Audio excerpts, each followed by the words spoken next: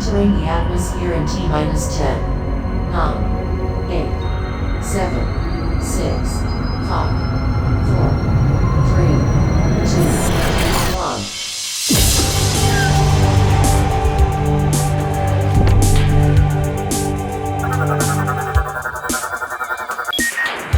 Hello, folks, and welcome to another brand new episode of the Omega Metroid Podcast. I'm your host today, Doominal Crossing, joined once again by Spire fan and Dak, also to a degree, who was a part of our original recording, but then I messed up and accidentally got the file corrupted, so we sadly had to re-record without him, but he's back today, and we are going to make darn sure that we don't have a mishap like that again. Gentlemen, how are you doing today? Yeah, man, the lost tapes of last week. But, I mean, there's been a few weeks over the years like that where we've had to re-record or whatever, and who knows what was said on those first episodes. But yeah, I'm glad to be back on it on this week's episode to talk more Metroid Prime Hunters, which I'm excited about. We'll dig into some other stuff too, I think, towards the end of the episode. And don't worry, Doom, I have a backup recording. I know you have a backup. I think going forward, there should be no world in which a podcast episode is not backed up. So rest assured, fans, it won't happen again until it does. And yeah, no, it's good to be back. And then Spire, what about you? Are you still Metroid hunting on your free time? I actually did. I play every Monday some random battles, and always a fun time. I just have random characters and lots of fun. I actually recently, for the 20th anniversary, at the tail end of one of my broadcasts, I was like, I'm going to do all 7 game modes as well, one per character.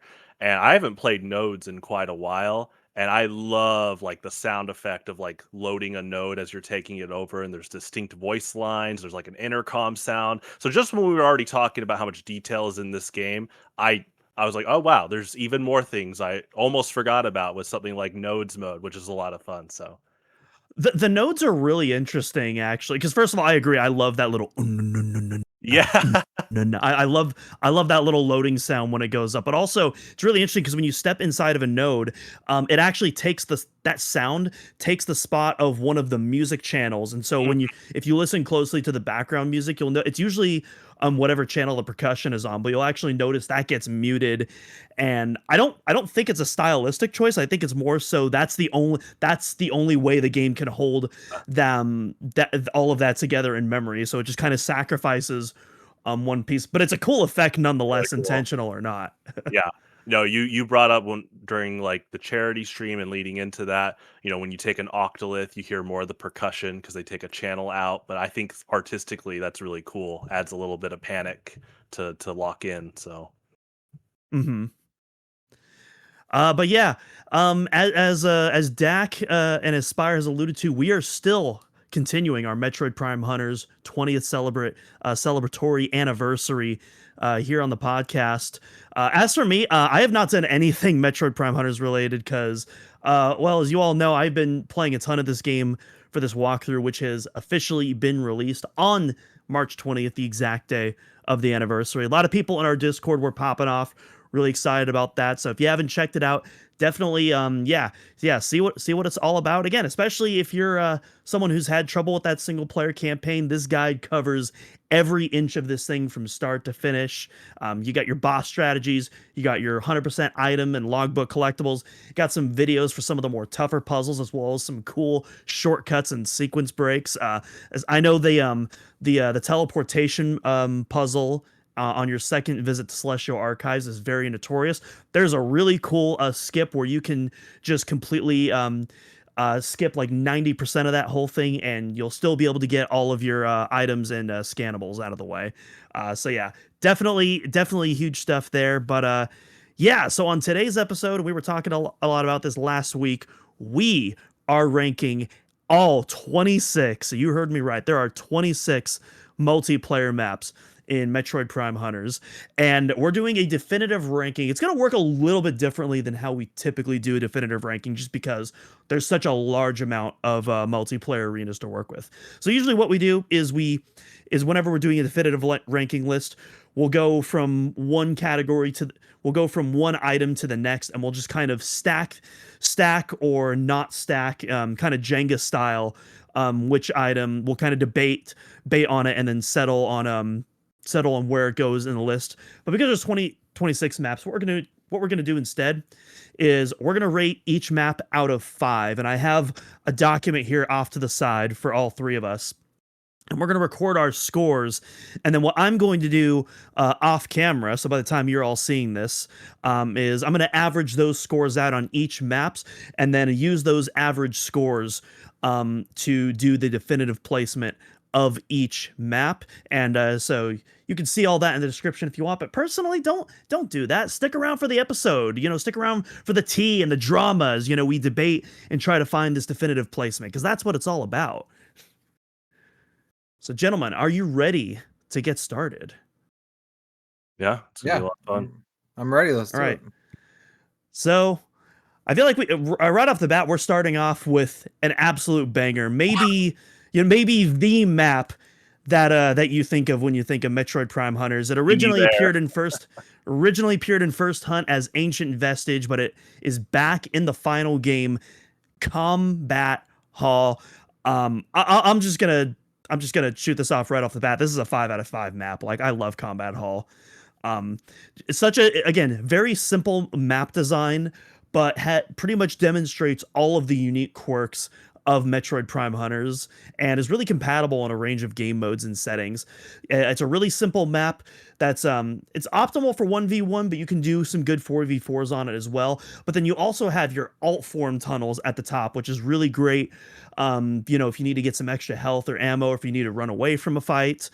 There's a lot of different paths. You have the sniper shield and the blast shield that's good for taking cover. You also have the actual hallway aspect of the combat hall, where you can kind of sneak around as well, especially if it's a 3v3 or a 4v4, if 2 people are distracted in a fight. But I think all of us have some absolutely fond memories on this map, potentially my most played map overall, just because of, again, the wide variety of game modes it's compatible with. But I'm going 5 out of 5. Are we doing 5 out of 5 or 10 out of 10? What's your verdict? So all the time on Omega Metroid, we always score 5. Did you want to do 10s? Because that'll definitely make we could do 10s as well, if that's I was gonna do make 0.5. if that'll give us more variance to average out on. We can do 5. It's fine. I don't think it's that crazy. Sorry, Spire, go ahead. Oh, I'm just saying, if we do 5s, I'm gonna have like a 4.5 in there every now and then. I think that also helps. Yeah, that's fair. List. Yeah. Okay. But cool. I'll go ahead. Like you were saying, Combat Hall. I mean, it's like the battlefield from Super Smash Brothers for Metroid Prime Hunters. It is like a default. See me there. Let's play. Have a good time. And Doominal Crossing. I like what you said. No matter the game mode, 2v2, 4v4, Survivor, Defender mode, it's always fun. There's always a blitz happening, and I'm not being biased, but the one affinity weapon there is the Magmaul, so you definitely see a lot of Magmaul shots there. And I loved the hallway on the right. I like that you can shoot Magmaul shots in that hallway, so if someone's retreating to get like the yellow health orb, you might be able to get a cheeky like wall bounce and kill them. A lot of fun. I love the tunnels. Spire can obviously climb up the wall in the back to like get on that high perch if he wants to. Just a lot of fun. And when it becomes 1v1, it becomes this crazy, like right where that bridge is tends to be like the midline, and both players are often fighting for resources with health, wanting to fight at 199 max, so you're constantly keeping track of those health orbs. And it basically the fighting game equivalent of like neutral, where it's like, who's going to cross the bridge first, or are we just going to firefight from both sides? And it's fun. I like the psychology involved in that. Definitely a 5 out of 5 for me. Mm-hmm. Interesting. Okay. I think for me, Combat Hall, I think is maybe a 3.5 is what I'll give it. Okay. At least in my head, like a 3 is like baseline, like it's a good map. 4 is like I really love this map, and 5 is like wow, amazing, perfect. To me, I like Combat Hall, but in terms of like what I think of a 5 map, I feel like Combat Hall it's a bit too claustrophobic, I think at times, and I think it promotes a lot of alt form play that like kind of takes away from the actual one-on-one or like a like FPS kind of gameplay where I'm actually trying to shoot at someone. At least in my, I remember when we played in the marathon, like I just picked Trace, I just triskelling at people all the time. And I was like, this is way more effective It's than to like, actually try to get in a gunfight with someone. exactly. So I like Combat Hall, but I will say it does feel a little tight at times. I think it promotes some, that kind of gameplay. And yeah, I mean it's a pretty basic map. I don't think it's doing anything super crazy. It's a good map. I think it's a good it's a good starter map. It's a good baseline, pretty decent map. But I would put it at 3.5. Right, absolutely. And so we'll go on to our next map and another originator from Metroid Prime Hunters First Hunt. We had what was formerly Trooper Module, now back as Data Shrine as the second map in Metroid Prime Hunters. And this map is really interesting. So it's a a long circle where you'll have like a lot of kind of hallway-esque fight that loops back in itself, and then you have an arena within that circle that's connected by like a single morph ball tunnel that kind of outstretches into the middle, almost kind of like a Pokeball. To an extent, with the Pokeball, with the morph ball tunnel kind of acting as that dividing line. This is a really interesting map. I feel like this map really for me is only fun when you have a lot of players involved. As a 4v4, I think with a 2v2, because of that dividing line, it can be very easy to like run away, or there's a bit too much downtime during the gunfights for me personally. But like for stuff like capture the flag, like it's a lot of fun. So I think I'm also going to give this map I think I'm going to echo Dak's previous score and give it a 3.5, just because I think it's less fun on a lot of the more main modes. But again, for my personal favorite modes, it's a blast. Yeah, I think the context of, I guess I'm just saying now the way I'm rating these is obviously I'm doing a blend of personal enjoyment, but I'm trying to see the context of every game mode, every player count, and if you're coming from another FPS game. So, I think that's a pretty big factor. So in that case, I absolutely love. I should say I do love every map in this game, but if I'm going for the context of FPS, like someone's playing this for the first time, what I think the design of it is, I would give Data Shrine like a 4 out of 5. I enjoy it a lot. In fact, it recently taught me a big lesson is that in the revival group, we play a lot of 1v1, and 1v1 is all about getting health orbs and the respawn times of the health orbs, because when you get in a duel, whoever has the highest amount of health, that's a natural advantage already. So it becomes this, like kind of what you said, Doominal Crossing, it becomes this attrition of literally rolling in the circle at times, like the outer circle. So when I started playing more deathmatch again, like 4 player, first to 7 kills, my habits were, okay, I'm going to stay in the outer circle, get resources. I'm like, wait, I'm losing kill opportunities. Like they're all in the center killing each other, and they're already at 3 to 4 kills. And so that was a wake up call to me, and I liked that. I liked that central lobby is like, hey, if you're not here, you're not going to maybe win on average, because most of the foot traffic is here. And so, on the opposite end, when it's 1v1, gosh, how many Wi-Fi, and it's not a complaint, but I do remember all those Wi-Fi matches of me playing a Tracer Silex as Spire. And the context is on Wi-Fi, you can't see your opponent's health. So when I magmal burn them, I don't know how close they are to death. And so many times they would run away in the tunnels with their alt form, and they're way faster than Spire on average. That's okay.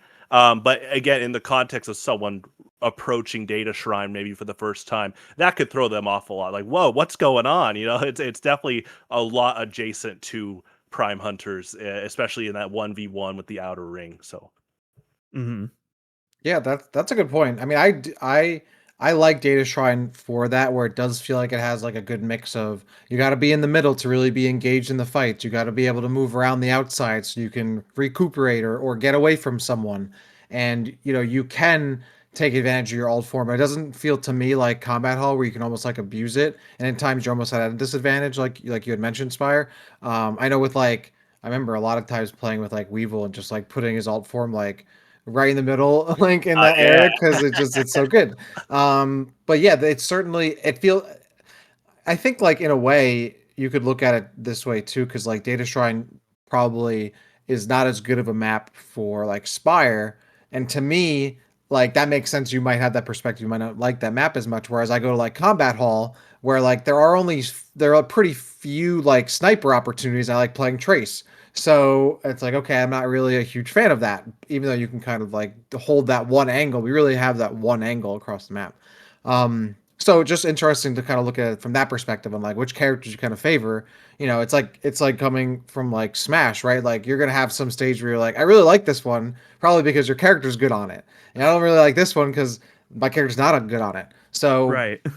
I think with I do really like, just to look at it holistically. I think I would probably give Data Shrine a 4, because I do think it promotes different kinds of gameplay more so than other maps. I think it was a cool design. I am partial to kind of just doing laps around the outside. I love like the kind of, feverish kind of fight you can get in the middle. In a Yeah. 1v1 situation, yeah, there are certainly opportunities to run away, but I think like unless like you're super outmatched in terms of like maybe your alt form movement, like it doesn't really, like I think you can still overcome that. Um and I think it's a really cool looking map. I love like the morph ball bridge in the middle. It feels like it. I love like the vibes of it, like how it looks. It's not like Combat Hell is cool, but like it's just kind of like stone and brick everywhere. I think it's a really fun map to look at, and it has like those cool like hexagonal like doors or like little barriers you go through. Yeah, I like Data Shrine. I think the music's good too on it, and Yeah. I would give it a 4 because I think it does promote a bit more different kinds of play, and also it does give you an opportunity to get a breather, and I think it's just great on a bunch of different modes. I will say you mentioned vibes, and that's actually like a huge aspect. I haven't really accounted for vibes yet, but there's definitely going to be some maps later on where it's like, Oh yeah. man, the map design itself on its own might not be it, but like the vibes are off the chart here, and that just gives it a huge boost for me. So that's definitely going to come and play for some of them later. I will mention Um, real quick those hilarious moments you meet someone else in the alt form tunnel. You're like, "Oh, hey, what's up, man?" Yeah, yeah. All right, and actually, speaking of good vibes, we got Processor Core up next, and I love the colors and the art of this area. I really like this kind of the even though it takes place in Alinos, it's not your typical Alinos colors. It's more of a maroon red than like the typical oranges and browns that you get throughout most of the Alinos maps, and I think it looks really sick in this arena. So right off the bat, I'm a huge fan of like the colors. That being said, plays very similarly to Combat Hall, except you have two very narrow hallways, and then you have I can't remember, are the jump pads on both ends of the hallway? Because I know in single What? player there's only one jump pad, and I can't remember if in the multiplayer map there's a second one that's added there. No, there's just one. The other side, like if you're playing defender mode, that's the hill. So you got to climb all the way to that other side through one jump pad. It's a pretty big choke point. So Mhm. Yeah, and then you also have the hidden double damage power up in one of the morph ball tunnels. So that's immediately the first thing that a lot of people are going to be rushing to. And unfortunately, depending on your spawn position, you might automatically be out of luck depending on where on the map you spawn. But yeah, big fan of the double damage. Definitely OP, but definitely a fun type of OP. Um, Especially like once it starts respawning and it's a bit more of like an even and a fair fight. Big fan of that. I'm probably gonna give this one a 4 out of 5. Again, it's very vibes based for me, very similar to Combat Hall, but yeah, really enjoy this one. yeah, I should add, I'm also trying not to rate this on like Spire bias. And like I said, recently I played random battles where I'm every character. So I'm trying to think of like the context of enjoyment, for whoever you main. In this case, I really like this map also just from how funny the designers are, because this is an arena shooter, so those designers had to purposely put those drops in certain places. So in this map, you got a yellow health orb in the lobby at the bottom, but then on the right and left is the magmall and the judicator in these tight hallways. So it's like wall bouncing frenzies, ASAP. I think in this map, it's the death alt in the hall in the upper morph ball area, like the alt form area.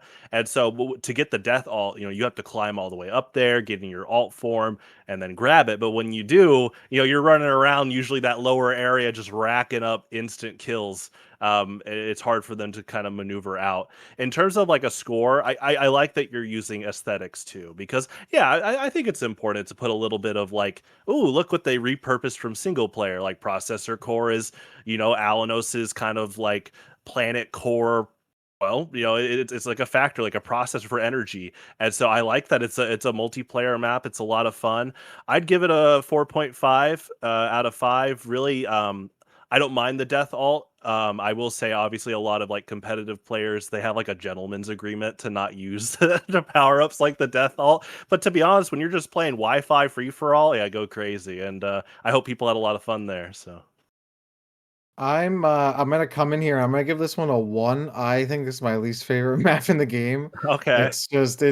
It's way too cramped. There's so many cut sight lines that like you essentially have to be like face to face with someone to fight them, and you're essentially mashing at them, and that's not really compelling gameplay to me. Combat Hall almost gets to that level, but this one takes it like to a whole new level. There's way too many like walls or surfaces in your way, and I think maybe I would give it a 2 if not for the fact that the death alt exists, which is like, yeah, it's a cool gimmick, but like, I don't know if it's like if there was like a Smash map where like you suddenly grabbed it and you had a one-hit kill on any move you use, it'd be like, well, that's stupid. So, I mean, it's goofy, but yeah, I'm not a big fan of this map. I like it. I think it looks cool, but I don't think the how it looks really makes up for any way of how it's designed. I think just way too cramped. Really doesn't promote like kind of strategic gameplay. It kind of just promotes like I'm gonna try to run up into your face, and then if I don't get that, I can easily get away because there's 100 right angles right next to me where I can avoid confrontation. I would say it's like a worse combat hall, but a much worse combat hall. That's probably one of my least favorite maps in the game. So I give it a 1. I think I agree. Obviously, I still like the map. I definitely agree. It's like very similar to Combat Hall, but not as strong of a design. But so I definitely agree there. Obviously, not as intense as that. I But think for me is like yeah. my overall philosophy on the maps I enjoy is that I do like there to be a little bit of space, a little bit of opportunity to get into a good position, to find sight lines, to maybe run away a little bit, but not be able to run away too much. Be able to get into different fights in different areas, and I think some like a map like this to me just doesn't promote any of that kind of stuff, so it's not as enjoyable. I Mhm. do definitely say I do like the chaos, but I will say kind of back to the King of the Hill thing. I like if we're playing defender, like I said, you have to go all the way up there and hold that spot with like no health around you and stuff. And I actually like that position does favor a high ground, but you kind of have to work for it. But it is interesting to hear your guys' perspectives because I think we all kind of played the game a bit differently, but we all enjoy it. So this has been a pretty fun discussion so far. Mhm. Well, speaking of high ground, up next we have Obi-Wan's favorite map, High Ground, coming at us next. And this is interesting because this is one of our first multiplayer maps that kind of gets a reskin later. So there's a selection of Metroid Prime Hunters multiplayer maps where you'll unlock kind of that same map later on, but with another room or two connected to it, and essentially basically a bigger version. And this is kind of the first one here where you get the basic version and then you'll unlock the larger version later on, and it kind of changes up the playstyle a little bit with with more rooms to access. But yeah, High Ground. Again, this is a really fun sniping map, and I'm bad at sniping, so definitely not one of my favorite picks, but definitely one that I can respect if you're someone that does enjoy sniping. And it's really interesting. So you basically you don't even have the full high ground room available. So the entire underside of the room where you enter from the single player campaign. That's all blocked off, and it's actually funny. You have this statue of a crash pillar, not an actual crash pillar, but a statue of a crash pillar that's in its spot, and underneath that crash pillar is double damage as well. So really funny design choice there. And then of course you have the elder passage doors blocked off, so you're pretty much limited to just that room. Um, and yeah, this is another one I'm probably gonna give a 3.5 out of 5 on this map. Again, I'm trying to account for as many playstyles as possible, but just for me, I do tend. Well, actually, that's a lie. There's definitely some more long range maps that I prefer, but I guess this one, um, this is another one where there doesn't, at least to me, doesn't feel like there's like a good choke point, and maybe I'm just bad at the game, but it always feels like there isn't, like, unless you're doing a 4-player free for all, there isn't usually like one particular location that everyone's fighting. A lot of people are always kind of like on the edges. You don't see a lot of people crossing through the middle too often, again, unless it's a 4v4 and someone's distracted and someone else gets the jump on you. So yeah, I'm giving this one a 3.5 out of 5. Gentlemen, tell me why I am wrong. I mean, I'm glad you're pointing out 4v4 versus duels, because in 4v4, the lobby of high ground with that statue, it's yeah, it's pretty high foot traffic there on average, and that's when you can fling like magmal shots and stuff from above, missiles, to try to nab kills. That being said, there's the lower tunnels, which are really cool if you need to go get resources like the Judicator and some HP, and then you use the boost pads to get back up, the jump pads. So it's cool. I will say, I'm glad you mentioned ASAP, that there's a few maps that have extended versions. And ever since I was a kid, yeah, I kind of liked the extended versions more, like for all of them. And not that I hate high ground, but I do like Elder Passage a little bit more. I do like the context of new added hallways that are like put into the walls, and then you go back and play single player, and you're like, oh, well, yeah, that's cool that they kind of gave us both options. I appreciate that. In this case, the ground is sealed up in the center compared to Elder Passage. That's fine. It does make it a bit smaller. I enjoy it. I enjoy the levels. I'm gonna give it a 4.5. So Okay. By the way, y'all keep saying 4v4. You mean free for all, like 4-player, yeah, like right? deathmatch. Okay. Right. I was like, whoa, when did this game get 4v4? Yeah, I don't remember. That I is don't true. remember I that. didn't even realize. Yes. I don't remember that. Yeah. I really like this map. I think I do. Spire, what you were saying, I do like the maps. You kind of get a little bit more room to breathe, or like they kind of just break it out a little bit more. I think this one's just a really good combination of having routes where you can hide from the high ground, but like if you want to commit to going into the middle, you're just putting yourself at such a big risk. And it evens out that like risk reward of like, am I gonna go for the double damage? Is it worth going for that? Is someone just gonna snipe me or jump down and or 2v1 me in a free for all situation, right? So obviously I'm not big on like the power ups, but I think double damage is okay. I think it's not as bad as Death Alt, especially on a map like Processor Core. Whereas like this one, double damage is still like a bit of a buff, pretty substantially, but like it's not like an instant win button, I think, and so I'm okay with that. I really like the just the overall kind of design of the map. It gives you a means to kind of get multiple high ground positions. You can hide, you can do some rotations. In a 1v1, I think it's a fun map too. Um, I think like visually, there are probably other maps in this like template of like style that maybe I enjoy more. So I don't know, but like it's cool. Uh, yeah, I mean, I'd give it probably like a 4. I think it's a pretty consistent, like pretty good map. It's named after another map I really like in Halo 3, which is great. But it's a cool map. I don't really think there's any huge drawbacks to it in terms of like it's wildly unbalanced or anything like that. Maybe I would go as low as a 3.5, but I give it a 4. I will say I definitely prefer the Halo 3 map. That is a killer I multiplayer love map. high ground in Halo 3. That's a great Yeah. asymmetrical map. Mm.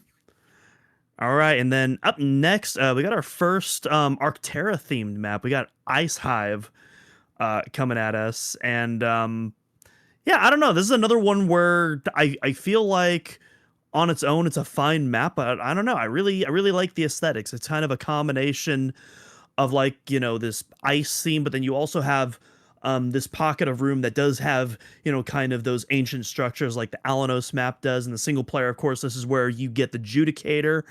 And you also have some interesting design choices kind of around it. Like I love that the because up top, I can't remember. Is it I want to say there's a double damage in this Yeah. level as well. Yeah, and it's a really cool one because it's not just like a hidden passage. It's kind of a risk versus reward where you can try to get the you can try to get the double damage, but it's in a room with like a death pit, and if you mistime your jump, you die like instantly. Which I think is cool because in single player there's like a sheet of ice blocking it, but yeah, in this map it's a death pit, which I think it's great.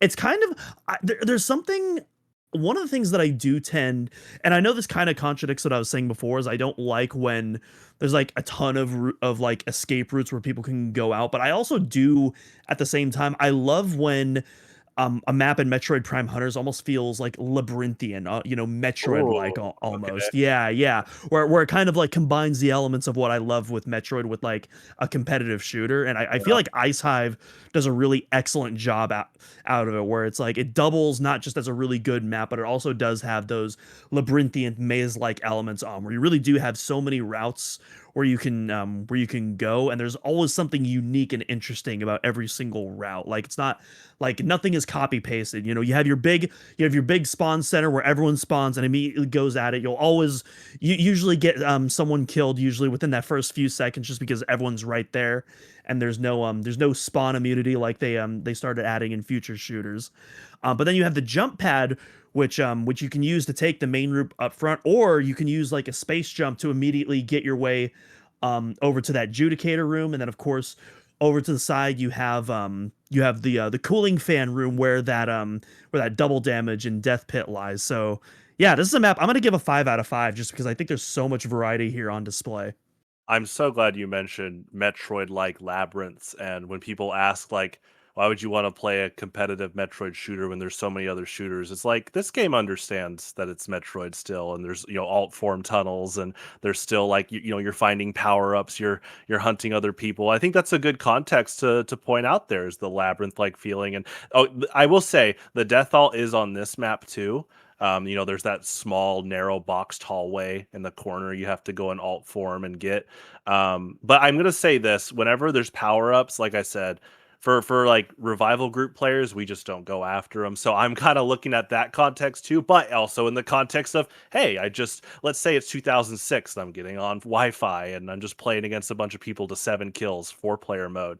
And I will say this map's really cool. I actually love that section with the ice spikes at the bottom, like aesthetically. That's really cool. Like you said, the high risk there. The jump pads are cool. This is actually what the poster map for when people talk about like Weevil half turret tricks, because there are players that will use the jump pad, then go into half turret as like a pseudo extra jump to shortcut to the upper parts of the map. That's really cool. It's very Quake-esque, with stuff like that, especially with jump pads. I will say the one thing about this map, I personally don't mind it. I'm a competitor. I'm all about like, hey, it's in the game. Do your best to win. I'm never gonna complain about someone exploiting this.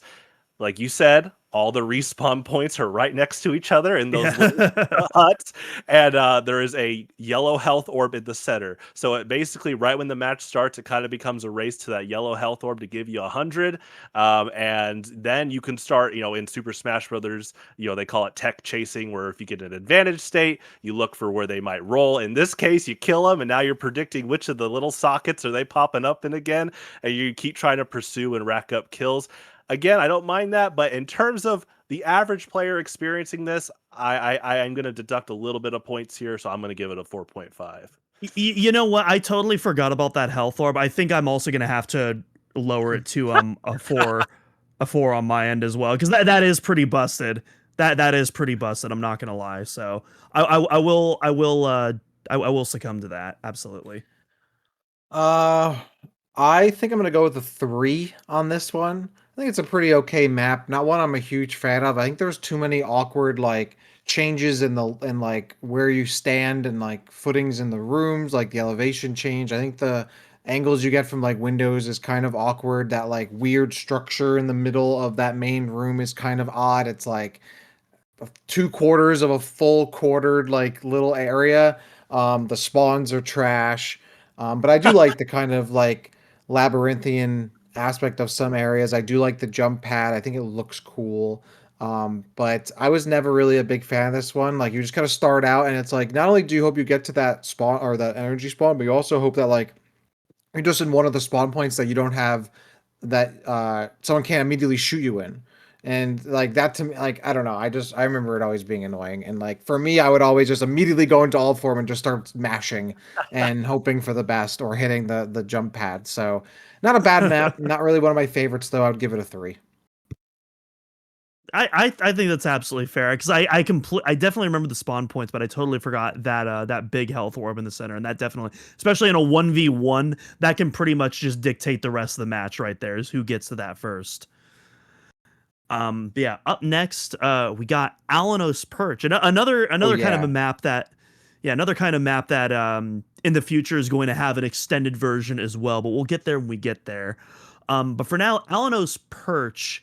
Now, correct me if I'm wrong, but at the top of Alinos Perch, that second part of the room, that's completely sealed off, Spire. Is that correct? The top part you can still go into with the Imperialist, but they cut off the part with the lava and like the basement. They cut out the basement basically. Gotcha. Okay, so you can still access that room. You just can't fall into the council chamber like you can in the in the council chamber version of that Yeah, map. yeah. Yeah. Yeah, this is, despite how bad I am at sniping, I really love this map just because even though it definitely favors snipers with, its long sight lines, it's also filled to the brim with jump pads that will make a lot of the more close quarters characters being able to a better chance to get up close, which I really like. And it's always just fun, like zipping from one side of the map to the other on the jump pads, chaining jump pads together. Of course, using that kind of midair space jump to get to the that platform in the center. Which is always fun to have like a really good perch on everyone. I've definitely had a few fights break out at that point where I was just kind of camping on that perch, and then someone got to the jump pad, and then we had kind of like this this Lion King-esque fight on it, trying to like knock each other off the edge. So yeah, like that's always been a lot of fun. I really like this map. I'm gonna give it a 5. It's a lot of fun. Also, by the way, guys, if you see me looking down on the monitor, I'm not trying to like ignore you. I have the maps up, so I'm just quickly referencing the pictures. So yeah, I Right. have Alinos Perch. Again, like you said, this is one of those maps where there's an extended version, and yeah, ever since I was a kid, I liked the extended versions more. In this case, the extended version is one of the two that has lava. Not trying to be biased, but I did love that. That being said. And I'm going to say this from the get-go. From a casual FPS point of view, this was like the map where a lot of competitive players exploited the spawn points all on the lower part. They would pick Trace, grab the Imperialist, and then they would snipe on the left or right when you respawned and just try to rack up kills. That being said, super fun map, super dynamic. I like the back area where you could go in the hallways of well, not the hallway, but the back curve. And also I'm glad you mentioned the jump pad. I think this has one of the most fun jump pads in any game, just because the context of right when you spawn in, that jump pad is almost right next to you. So there's like a muscle memory I have since 2006 where press L to spawn, go into Dialanche right as I get off the jump pad, and then I get out of Dialanche to go into that back area where there's power-ups. Like it's just, I love the movement in this game, and jump pads, like you said, help out a lot just in general. So it's fun getting to that higher part with the jump pad, and regardless of like the spawn chasing that can happen, I'd give it a 4.5. So Okay. And I believe there is a magma on top, if I'm not yeah, mistaken, right? yes, that adds to the muscle memory. It's like gotta get to the magma ASAP. Yeah. I guess my opinions are coming across as small map's bad because I use sniper. Big map good. Sniper I use trace. But everybody can use any character they want. So if you don't use the character that's right for you don't use the right tool for the job, personally that's on you. Yeah, I that's true. I think it's one of my favorite maps. I think it's a 5. I just really like it. I love the verticality of it. I love it has a nice big sweeping scale to it. It has a little bit of like you go exploring for some characters. I'm a big like big team battle guy, and like I love Battlefront. I love like games where you just have these big maps and you're kind of walking around for different engagements and trying to figure stuff out. Obviously, I love the fact you can snipe on it, but I think I still like using other characters on this one too. I think Samus is still good on this map for sure. Um, and I think there's a lot you can do with other characters that aren't completely dead in the water, though obviously Trace is a good pick.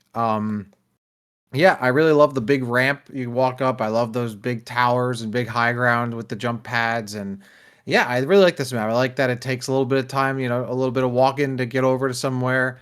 Um, I this is one of my favorite maps in the game. So yeah, this one's a 5 for me.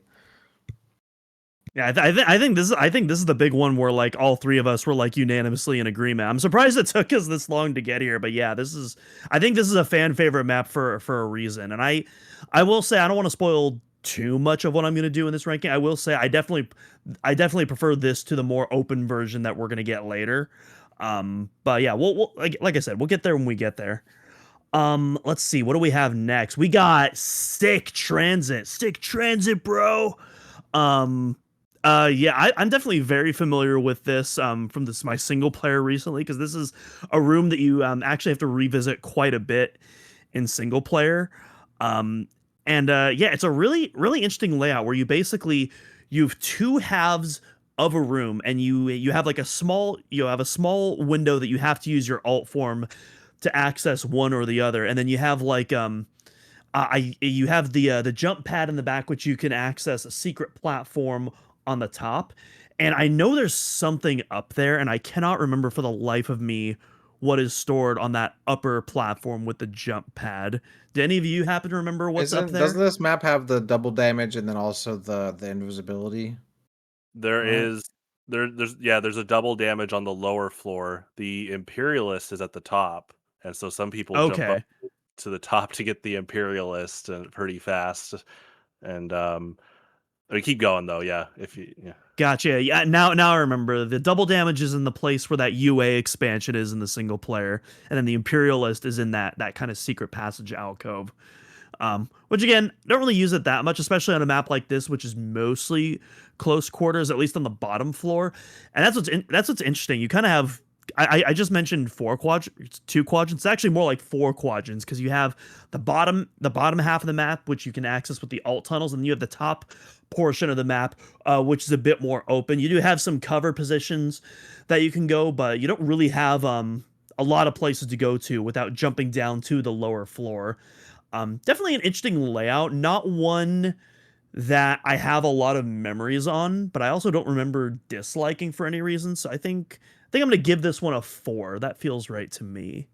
This map also has the cloak power up, and it's pretty fun. I will say, my brain is so ingrained with that Arctera multiplayer music with this map. I mean, them in general, but I literally hear the dun dun dun dun dun dun.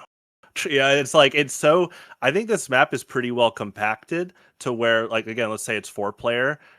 I think on average there's a player on almost every level. Like it's that kind of fun, crazy, but there's a lot of open space. Like I said, someone's up at the top trying to snipe, someone's at the very bottom taking a bit of cover, but there's a yellow health orb in the down center middle. There's like 3 power-ups in that center lower area. But obviously you're on the lowest area and there's that little square opening in the center so people can take pot shots right in there. There's the hallways on the right and left. There's the lower hallway. Definitely it is kind of a blend of like labyrinth, but also almost an open lobby.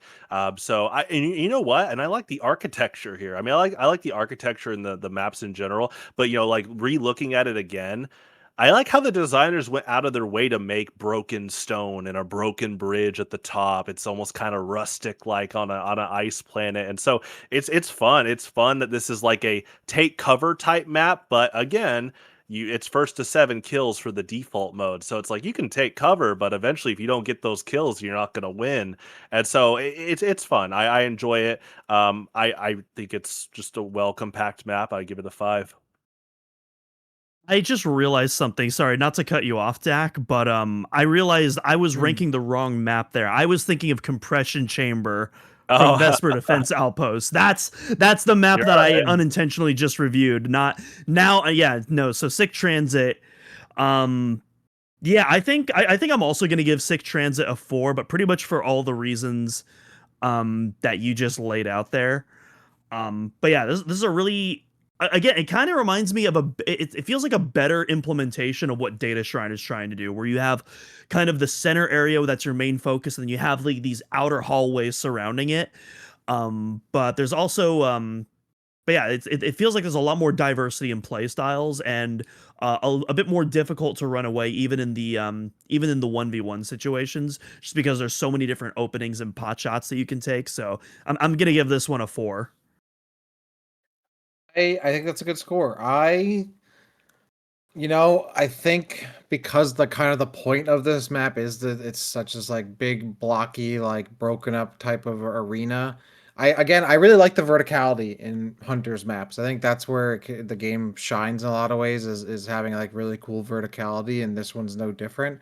I don't feel like super duper strongly about it. I do think sometimes like just the broken nature of the platforms can sometimes get in the way of like a good fight.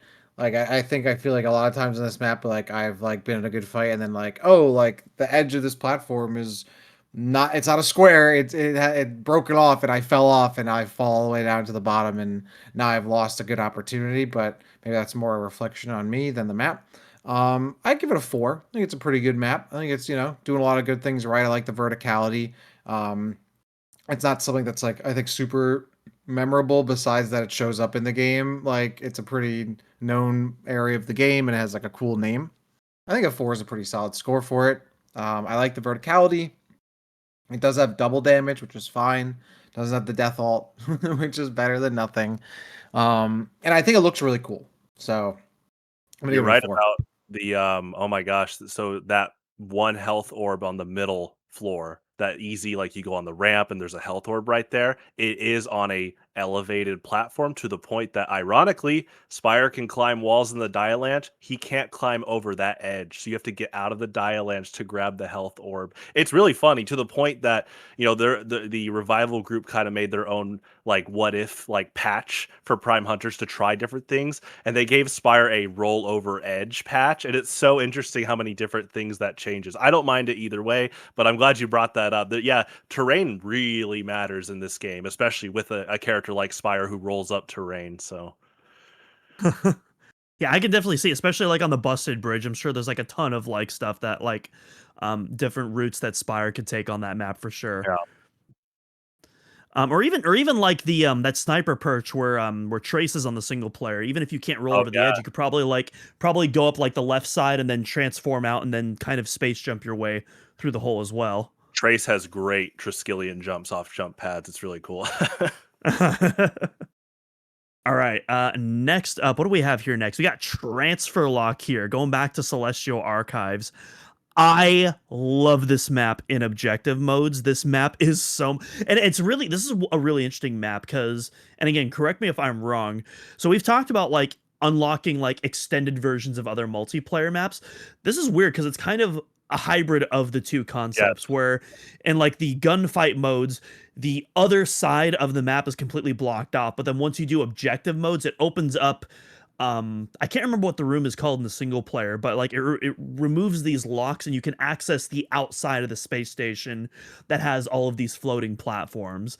And I absolutely love that extra section that's utilized in the objective modes. In, Absolutely baller asymmetrical gameplay, and also very fun in terms of the gunfight context as well. It's very open, but then you also have this trench on the backside of the map where you can get some ammo and some health as well.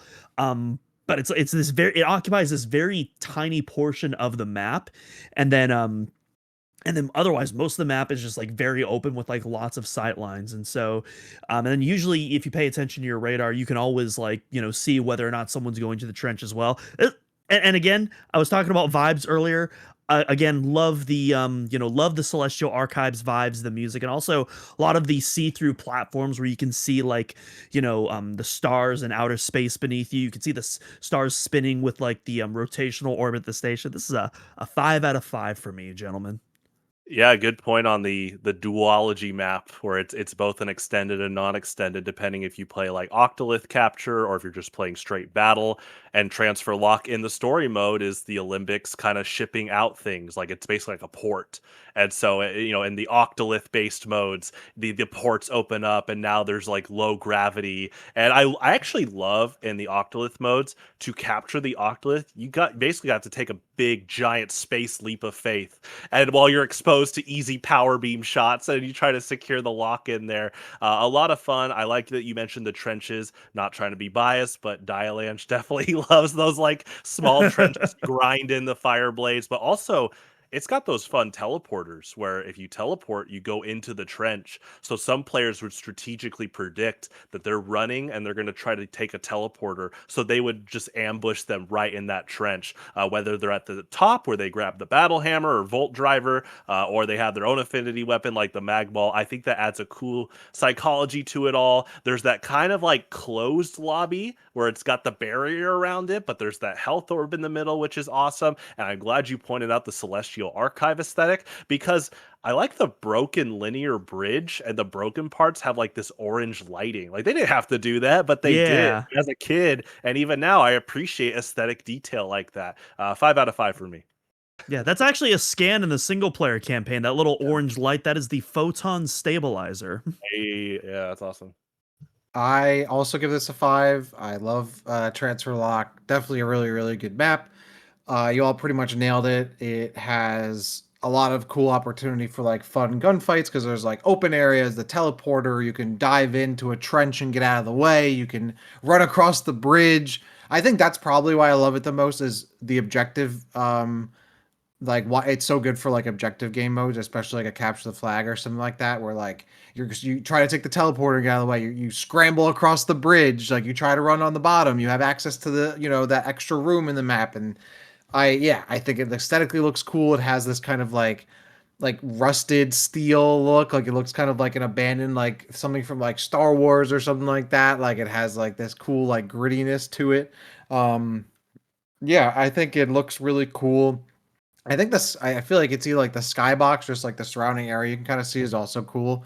And it has that opened up. I love like the one of the like the main area, like that big like where it all like goes up like that hill to like where the flag spawn is. Then you have like a little bit of like an enclosed kind of arena to fight in, like a little hexagon, like 1v1 style. You can immediately try to get out of it, but you can still kind of do pot shots, through the the opened wall. You can try to run away on the bridge. You can jump down in the trenches.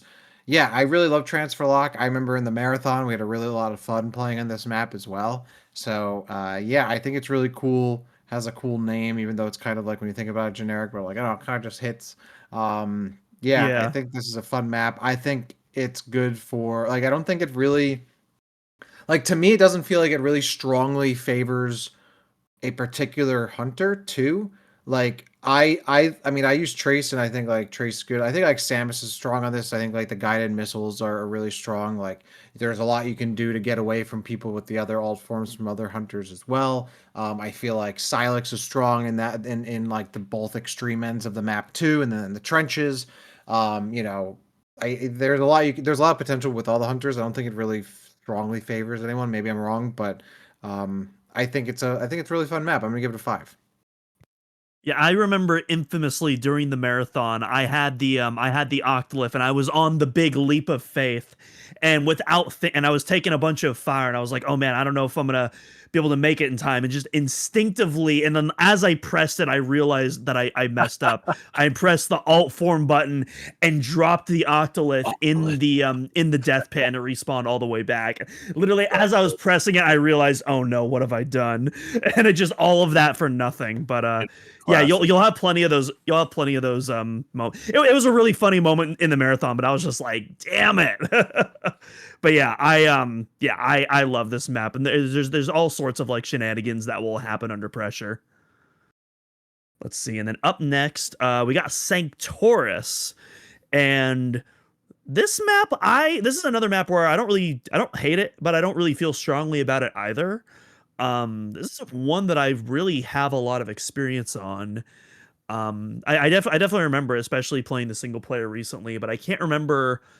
I want to say there's a double damage on this map, but otherwise I can't really remember any of the power up placements off Yeah. the top of my head. Very, very close quarters map, obviously, and you do have the one hallway off to the side that gives you to a little bit more of an elevated location, but I also don't remember having many skirmishes and gunfights in that area. So I think really most people are just going over there just to collect any power ups that are hidden there. I'm gonna give this one a 3 probably. I don't really have too much to say. You definitely, yeah, the left hallway, it's part of that kind of like I said with Data Shrine. If you're playing 4 player, you are dedicating a lot of time to take that high ground without just going on that broken bridge, which is a risky thing because it's a broken bridge on broken pillars. So it's going to take some tight jumps to get up to the high ground there. And in 4 player mode, you're probably eating a lot of power beam shots on average. So that definitely that risk reward where you're avoiding the opportunities to get kills because there's a lot of foot traffic in that center area on average.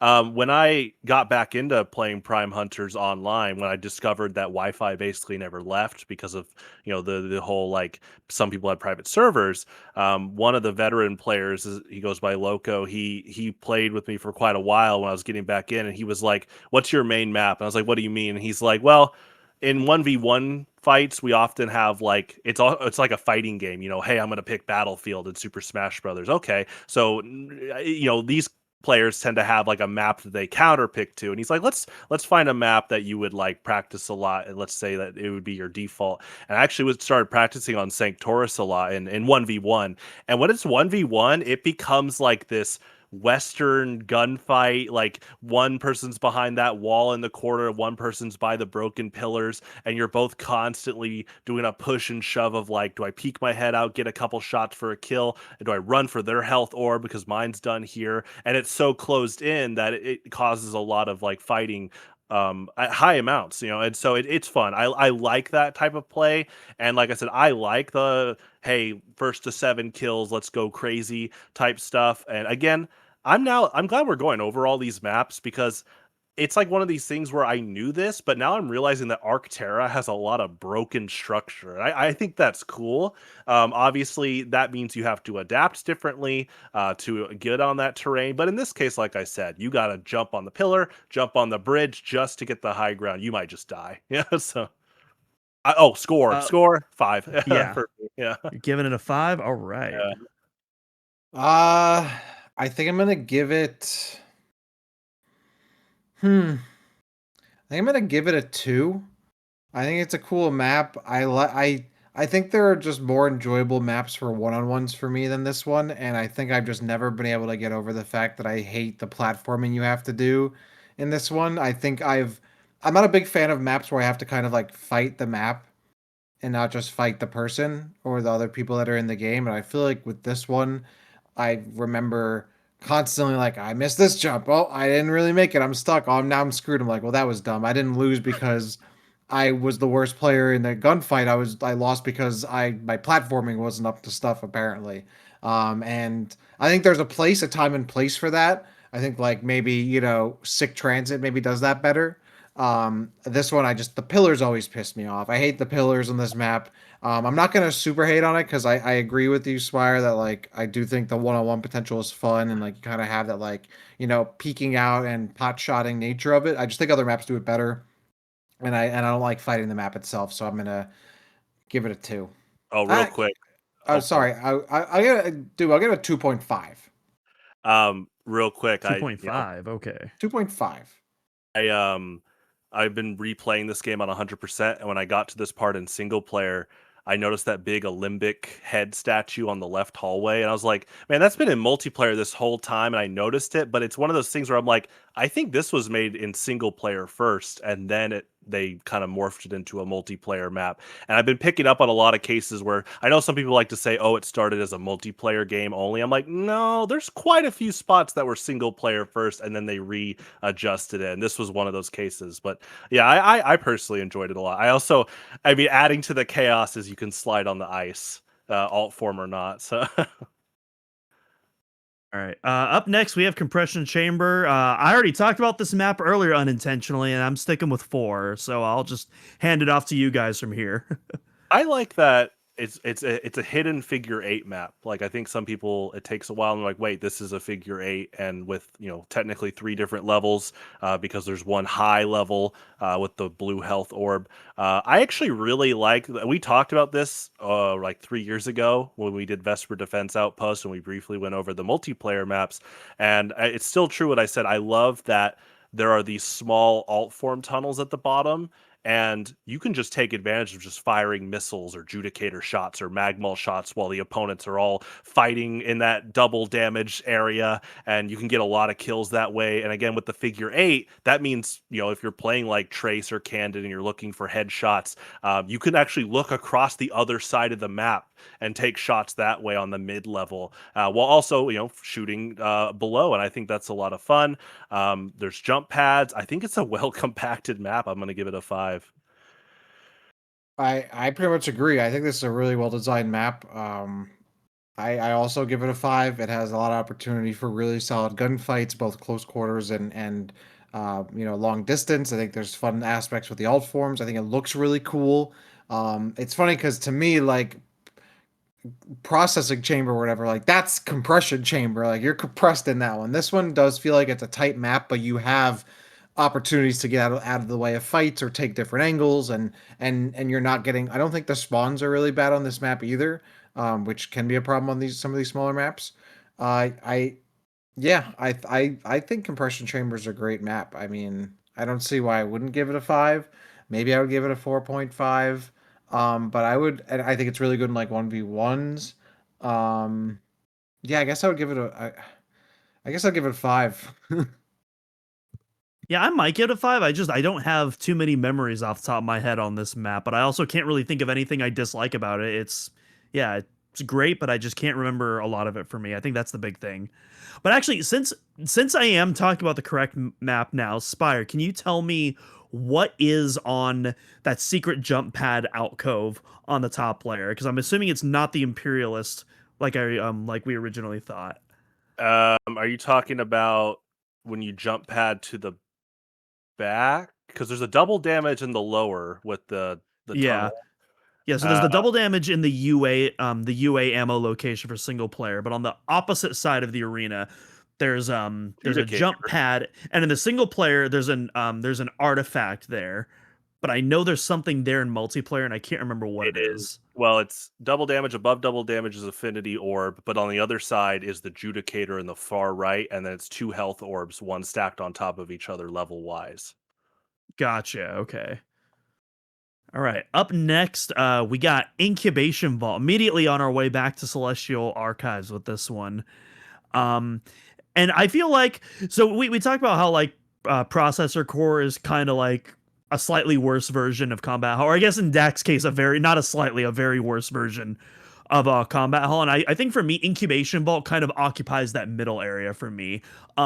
Aesthetic wise, off the chart. I love the generator. I'm assuming this is the incubation machine that gives the room its name, that's like has all this green energy, not to unintentionally reference Metroid Prime 4. And of course you touch it, you get damaged. Not really a huge hazard, not something you're worried about, but I think it's cool that that's even a thing there. Again, I love the kind of like neon green hue that's in this room, that's like kind of being produced by the machine here. And yeah, you have your upper level and your lower level, but it's all like really compact, so you don't really have a lot of opportunities to run away. So I'm gonna give this one a 4 out of 5. Also, I will say there's the jump pad that does lead to the platform with the shot coil, which is my own little bias, so I definitely really enjoy that. I don't know if I was the only one growing up that tried this, but because there were 2 maps with lava and Spire had that passive where he's lava proof, I thought Candon was like electric proof on that tube. So I tried to stand on it as Candon. Like, what if he's like bioelectric immune? That would make sense, but he's not. That's okay. I like the aesthetics of it. Like you said, I like this compact map. That jump pad is so much fun not just for using, but for pursuing. Because when a lot of you are on the lower level, you're doing damage, they'll try to use the jump pad to escape. Man, I will tell you, it is pretty fun trying to go for like a missile air shot when they use the jump pad, because there's only so much distance they can go unless they're like in Triskelion form or something like that. And also that higher platform, it's kind of isolated, so you can sometimes be like Spire, Noxus, Silex, and ambush them as they land on it with your alt form, do a lot of damage that way. I have fun with it. I will say one thing. From again the average like FPS, no matter what FPS game on average you're coming from, if you play this map, there is one thing. I don't know if the designers thought about how advantageous this is, but there's the lower left part of the tube that has 2 blue health orbs. So there's a lot of moments where you can like pursue or do a fight and then quickly pick like Trace, Triskelion, double health grab, and you have a huge advantage. Get on the jump pad, snipe. And hey, if you do that, props to you. It's in the game. It's awesome. To me, it's like definitely again, I'm wondering how much the designers was like, yeah, we'll put some health orbs here. It's not a big deal. And then obviously competitive players like, oh, we're gonna really exploit this part. So I'm gonna give it a 4.5, but I love the aesthetics, like you said. So Yeah, I wish some of the areas at the top weren't so open. I think the bottom area where it's kind of like cut off in like sections, like staggered little small tight hallways is fun though, and like there are cool opportunities to drop down on someone, which again I love like verticality in the games. It looks really cool. I'm not like super duper compelled by the overall design of like the map. I would agree with mostly what you said, Spire, though, but I would say it's a 3, but I like how it looks, so I'm gonna give it a 3.5, 3.5. I'm just I and love that green glow. aesthetics, yeah, they make a difference. Shout outs Hmm. to the Yeah, artists in this game. and like I think yeah, because then I'm like, oh, was this better than Combat Hall? I'm like, yeah, you know what? I kind of like it more. I think it does. It has similar qualities. I think it just again, I like the upper level more, and yeah, it looks really cool. So 3.5. Hmm. Up next we have Subterranean, and again, this is another map where later on we're going to get an extended version of. I would say this is arguably one of maybe the most extended maps that we get later on, but especially because this map is already pretty big, even in its quote unquote smaller form. So yeah, you basically get this wide open area where you fight the Arctic spawn in the campaign, and that's already like 2 levels, but both levels are also very large. And then you have a bottom floor as well that has more compact tunnels, and then you have your top floor on the other side, which has kind of like this hill of like platforms as well as a fallen pillar that you can use to get back onto the main side. Um yeah, this is another really interesting I like the art direction and I like the layout. Um I feel like sometimes the flow can be really good and sometimes the flow can not really funnel players together in ways that you want. So it's kind of hit or miss. It just kind of depends on who you're playing with and just kind of the vibes of the match. When people are being funneled together, I think it's really fun, but it's also very easy for the map design to not funnel players. So I think for me that's going to average out to about a 3. I this is like one of the poster like social maps, like in the context of when you're playing against people online. These are people you've never met most likely, and it's just big enough where people have their own individual fights. You run into each other in the lower tunnels. Like the jump pad's a lot of fun on this map. I mean, I like jump pads in general, but that poster jump pad by the big hill, gosh, how many imperialist winning plays were done with that jump pad, whether you were using it or being hit while using it. It's just like close. And shout outs, by the way, this is, I think, the perfect time to talk quickly about whoever thought to do a death deathmatch styled killing shot screen at the end of each game. Props to that developer, because how many games have ended with just like a red laser being shot through the sky, and because the camera like lowers the lighting but not for the light up stuff, you just see a bright red imperialist shot. So I like that. I mentioned this on earlier maps. I actually like when you have to work for an advantage, and so in this case, that big hill has a health orb at the top, but it's kind of a spiral hill. You gotta do some climbing, and you're probably gonna get shot a few times on average just to get a health orb. That's ironic trade off, but you're gonna take that high ground on that section. That being said, it's segmented into basically that part, the room on the next to it, the Arctic spawn lower half, and then the hallway lower half. So there's 4 big sections here. So there's definitely a lot going on for 4-player mode. In duels, it can, really that main area at the center with the affinity orb where you use the jump pad, that's kind of the crossing line. Are you willing to cross that line into literally enemy territory to start the duel? I like that stuff. Some people might not. It depends on patience and how you're playing. I don't mind this, but again, it's one of those maps that gets extended, and I tend to like the extended ones more. So I'm going to give it a 4.5. I pretty much don't have much to add. I pretty much entirely agree with you, Spire, but I think in my head that's a 4 to me. So Okay. I'm gonna agree with everything you said, but I'm gonna give it a 4. I like this map. I think it's one of the maps where it has that kind of like a bit more ambiguous and like not completely linear design and like broken off platforms, but in a way that's not frustrating. And I agree, like there's some cool stuff. You kind of go like the reaches of the map to get some advantages, especially with the verticality. Again, I really like that. So I'm gonna give it a 4. All right. Up next, and we have our first multiplayer map original here, in the sense that this map does not appear in the campaign. We got Outer Reach. Um, this map is so stupid, and I love it. This map is peak stupidity, and I love it.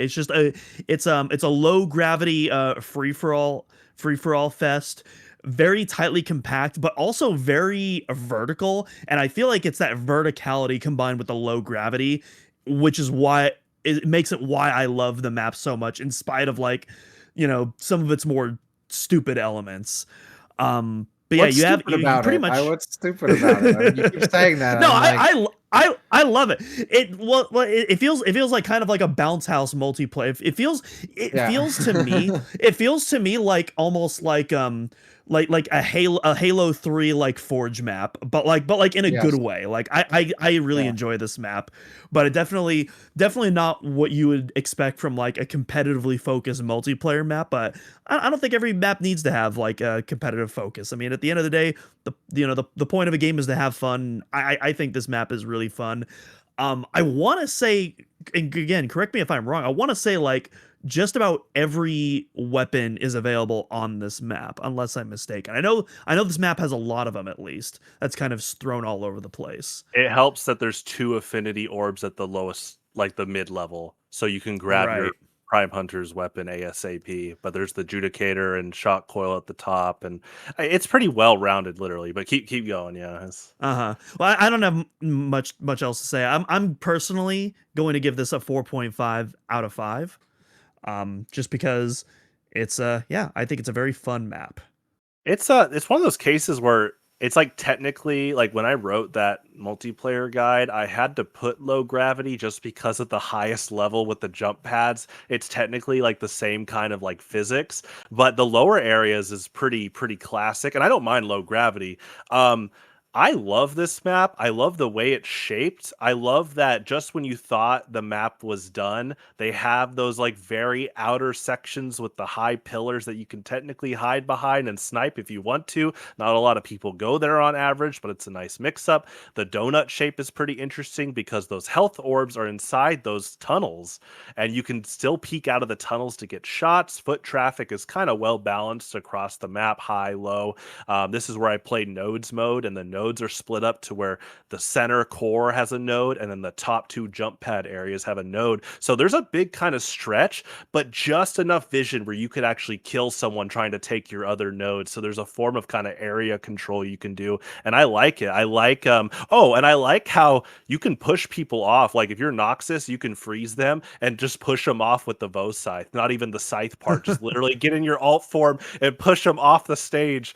And so there's kind of a risk reward of like, oh, I want to go crazy with Trace and Triskelion jump. Yeah, Triskelion jump to your death. You know, it's like it's the kind of Yeah. that risk reward there, and I like it a lot. And that being said, Trace is still really good on this map. There's a lot of different levels to it, and I just have fun. And it's cool that they have maps in this game that weren't even in single player. So props to seeing that. So I go to 5. I think what you said, like it's like a really wild and good Forge map, is a really apropos comparison. I do love it's like just in the middle of space. This is an easy 5 for me. I love this map. It just, wide open shooting. No, I mean, like, to me, like the jump pads are not something that like you're fighting the map for. It's like or like fighting against the map. I think it adds to it, and it's like it's a lot of fun. Yeah, the verticality is a lot of like quickly being able to move from one place to another. You can jump down and immediately get in on someone, but you can't really hide, which I like. It's very much like a scramble. It's a map that like promotes a lot of like third partying, which I think is fun. In a game like this, you're just kind of constantly interrupting someone else's fight as they go up a ramp or try to make it to the top. You blast your way all the way up through the middle. I love this map. I think it's a lot of fun. I think it looks really cool. I think it's probably like one of the coolest looking maps in the game as well as the next one we're going to talk about, which I also am going to give a high score to.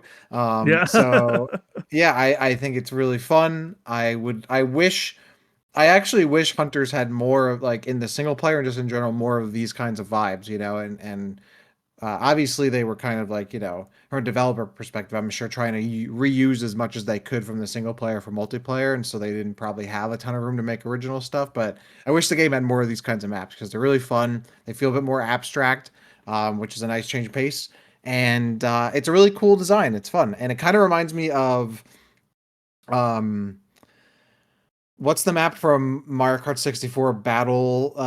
Big donut. Oh, skyscraper. No, it's the one where I think it's with Block City or whatever, where it's like you can kind of see Oh, down the block middle. fort. Yeah. Block Fort. It kind of reminds me of Block Fort a little bit, but it also has the aesthetics of Skyscraper and then like the shape of Big Donut in a way. It's like I don't know. It's Right. Yeah. yeah. I know, can it's see cool. that. It's a fun. The It's a fun Omni map. Mario Kart 64 map. It is. It kind of is. It's like an Omni Mario Kart 64 map in both that way and also kind of how it functions too.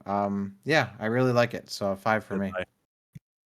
Well, yeah, you just alluded to it. We got a big boy coming up. We got Harvester next, and this one is a lot of people's all-time favorite multiplayer map. I was gonna say this is my favorite. Like, if I were to like immediately when I was like, "What's your favorite Metroid Prime Hunters map?" Harvester, easy. This is a map where like I remember as a kid, or I guess a teenager at that point, when Forge was finally a thing and you can make your own maps, like this was the map I tried to make every time. Like in Halo 3 and in Reach, like I always tried to make this map. I was like, because I think there's a lot of great maps in Hunters that like would work for other games. Like to me, like Harvester is like a Halo map essentially. Like that's how it feels. I'm just gonna jump right in. Is there a way to give this map like a 6? Like I just love like I'd give it I'm gonna give it a 5, but I would give it a 6. Like the aesthetic is really cool. I love how it's like it's the middle of this like gaseous like abyss in the middle of nowhere. It has that awesome center area that gives you a little bit of like rotation. And a lot of fights, you're kind of just like running in circles in that middle kind of pylon, trying to grab the health orbs. You can, jump in third party from the second floor and jump in. And you can also get into these fights as you try to go to the outer reaches of the no pun intended on the last map. Actually, that was unintended, to like go to the far corners of the map on the outside, and like do you risk going in that open area? I love it had like the half kind of bowls that like jump out to the platform, and then you have like the boost pads that get you up onto the second floor. I love like it just looks like this cool like factory kind of hanging out in the middle of nowhere. Yeah, I think this is probably like I think this is the best map in the game. It's one of my favorite multiplayer like arena FPS maps. of all time. I wish there was, I wish I could recreate it in a bunch of other games. It's so much fun. Probably the map I probably played on the most. I really love this one. Yeah, like I said, I would give it a 6. It's a very, very easy 5 for me though. I love Harvester. I am going to echo your thoughts and also give this a 5. This map is absolutely killer. And again, our final kind of reprisal from Metroid Prime Hunters First Hunt as a Salt Cradle. And arguably, of the other two First Hunt inclusions, this one is arguably has like the by far the biggest changes. Like it still has that kind of, it has that shell from the original map, but like it plays very differently than it did in the multiplayer of that game. Whereas I would say Trooper Module and Ancient Vestige play pretty similar to like Combat Hall and Data Shrine. But yeah, pretty much for the reasons that you just listed. It feels like on paper a map where everything would just be funneled into the center, but no, it really does feel like this long football field where just like the action is always constantly changing locations. Sometimes it's located in the center, sometimes it's on one side of the field or the other. And then like you mentioned, when there's 4 players involved, there's a lot of third party and ganging up that's fun. And of course, I always love the secret space jump technique that you can do to access the invisibility power-ups on the upper levels of each side.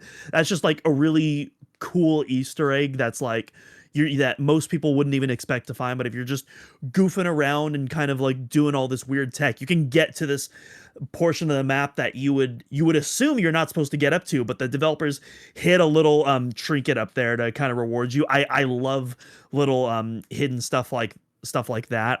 So yeah, I'm giving this a 5, easy.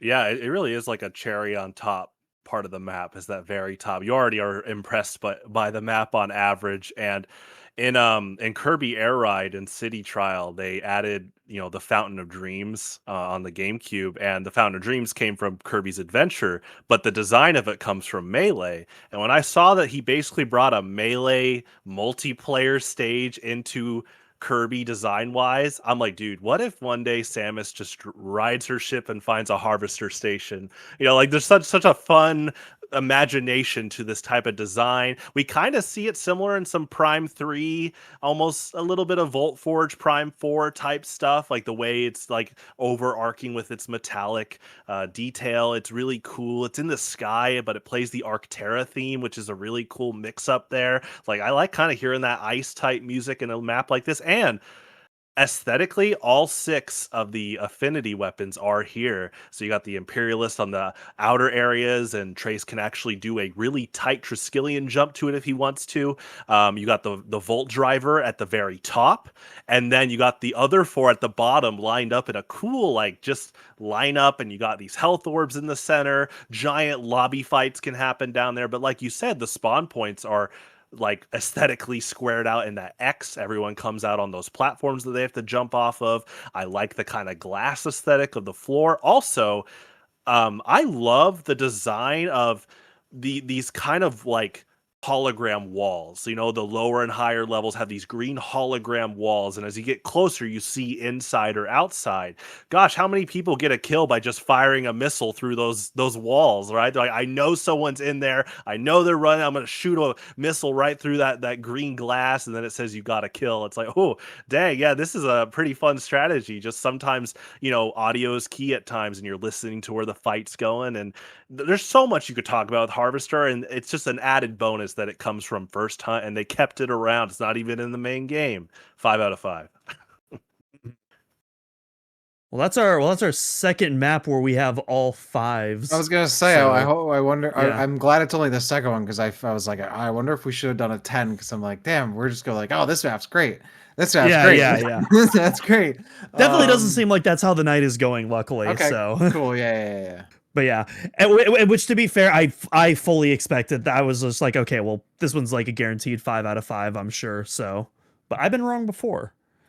All right, next up we have Weapons Complex. This is a really interesting map as well. So this actually is in the single player. You'd be fooled if you didn't realize that though, because this has like one of the most drastic layout changes compared to how it appears in single players. Like the middle floors are pretty much just completely removed and replaced with a death pit, and you're pretty much exclusively going through these hallways. There's also like a bunch of added structures and morph ball tunnels and tubes that lead to the top and bottom half. And so it kind of it kind of reminds me, actually, we were just talking about Harvester. It kind of reminds me of like the scale of the changes that happen between first hunt and the final map. That's kind of what this map feels like when you comparing the single player room to its multiplayer room. It almost feels like an entirely different map outside of that basic shell and that kind of square hallway shape. But yeah, this is another kind of like Metroid labyrinthian map that I really that I really like. You also have a couple of low gravity areas where you can cross the threshold and the in the center square if you want to cross to the other side. Have some fun tube shortcuts as well that can lead to the lower floors. Yeah, I'm gonna give this one a 4. I really like it. Yeah, it's good. I like the low gravity, like you said, in the open area. It's kind of, I think it's one of the first maps a lot of players discover that when you fire your alt form, you instantly drop for most of them. Like Spire and Noxus will instantly fall when they use their attack in their alt form, but that creates tactics. Like with Spire, you can climb up the wall, use the low gravity to float a bit, and then come down with the die launch. That being said, there's a giant hole in the middle, so you could easily risk dying right there. I love that you're adding details of like labyrinth like sections of maps, which is yeah, super Metroid esque for sure. And I like the crossfire in this map. You can I like I will say the childhood feel of wonder where you can go to the very top and you see outer space. That's cool. And again, I'm trying to see the average FPS player wanting to play this, and I think yeah, low gravity might throw them off for the main area, but that's okay. I had fun with it. It's big. You can play 1v1, that's fine. There's a lot of different types of things going on here, which isn't bad at all. And aesthetically, it's cool, like you said, repurposed from the Silex fight type area and Vesper Defense Outpost. And I'd give it a 4.5. It's totally fine to have a lot of crazy antics around the map, but it's fun in general. So Yeah, pretty much agree. You bring up that like kind of like wonder of like going up to the top. Like I definitely did that. I thought that was so cool. I love multiplayer maps where it feels like you could obviously engage with the whole point of the map and engage with other people. And then sometimes you can like take a little detour and like see something. It's like when you play Mario Kart 64, you could drive to Princess Peach's castle on the track, right? Like that's not the main point of it, and like that's something you're so not going to do cool. every time. But like it's cool. It's like, oh, that's such a cool little moment for me. You know, having that little kind of interaction with the design of the map is cool.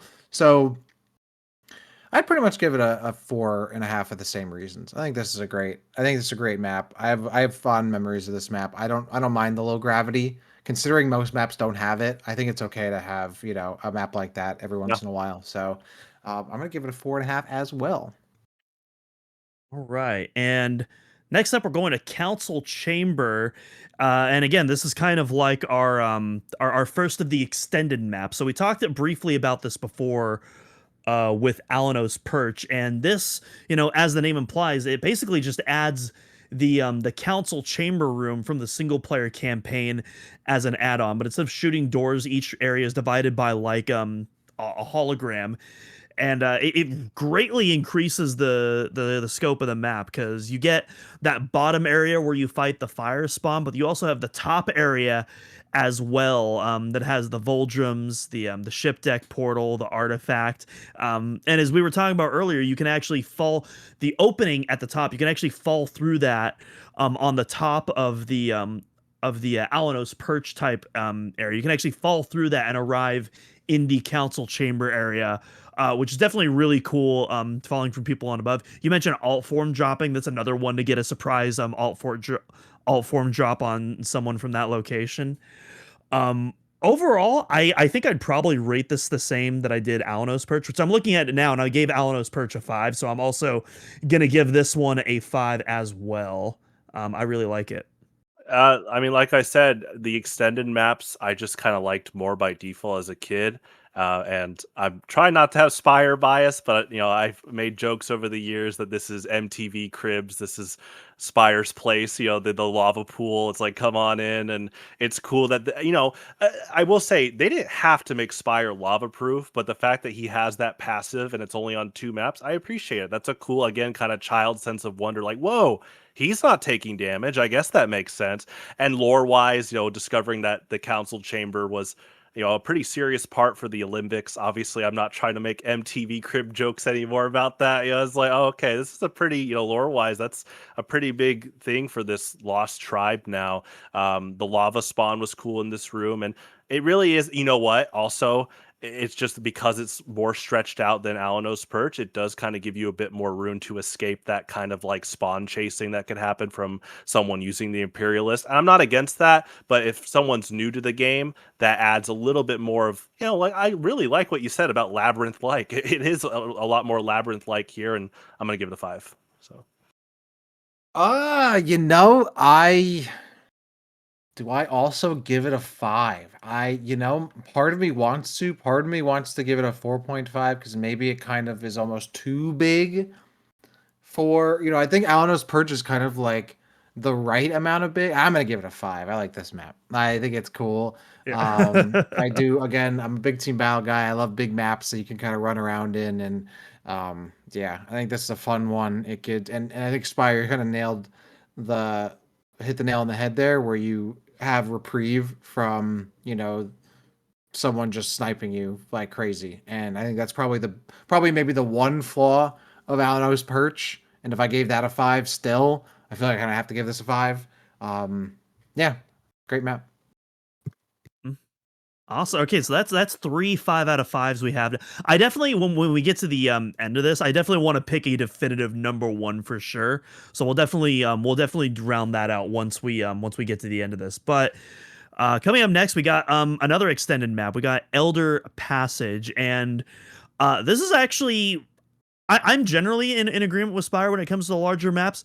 I think this is an exception for me. I definitely prefer High Ground to Council Chamber. I think this one is a little bit too open, and it doesn't really, for me, doesn't I don't know. It doesn't take away anything from the map. It doesn't really add anything either. And so I just kind of look at this map and just be like, what's the point of this? What's the point of adding that small little council chamber compartment and then the lower side of the map? I believe I gave High Ground a 3.5 out of 5. Did I? Yes, I did. So I'm going to give this one a 3 on my. Actually, you know what? I'm going to give it a 2.5 actually. I'm going to give it, I think that's the first lower 3 that I have given. So that is what I'm going to rate it. When I did random battles recently for each game mode, it was random maps. And I got this map with Capture the Flag. And let me tell you, it's a really fun Capture the Flag map because you have to play teams. You have to play 2v2. And so the fact that there's multiple levels and now there's these back corners where the flags are, like they added the hallways, that's where the flags are perched. So now in Metroid Prime Hunters, Capture the Flag, if you die with the flag, it's auto reset. So usually by default, I just say, hey, let's play to 1. Like the stakes are really high. So when you're playing a high stakes Capture the Flag map, and now there's these like multiple stories of hallways, like the lower part that's now open. There's the side hallways. There's the middle where you're out in the open, but it's the most direct path to capture your flag. I like that a lot. It's actually a lot of fun. And again, I do like the extended maps. I'm going to give it a 5. So, all right. What did I give High Ground? Let me check real quick. You gave it 4. Yeah, I would give this one a 3. I think I'm gonna side with you on this one, Doom. I think High Ground, I already kind of like it as it is. I'm not the biggest fan of what this map kind of does. I don't like the hole in the middle. I think it's just a big thing. The thing is, I kind of I like the middle area, that lower ground with the big statue there. I think that adds a bit more depth to it. I think the hole in the ground just kind of not a big fan for me. I don't think it's a bad map though. I like it, but I like High Ground more. Right.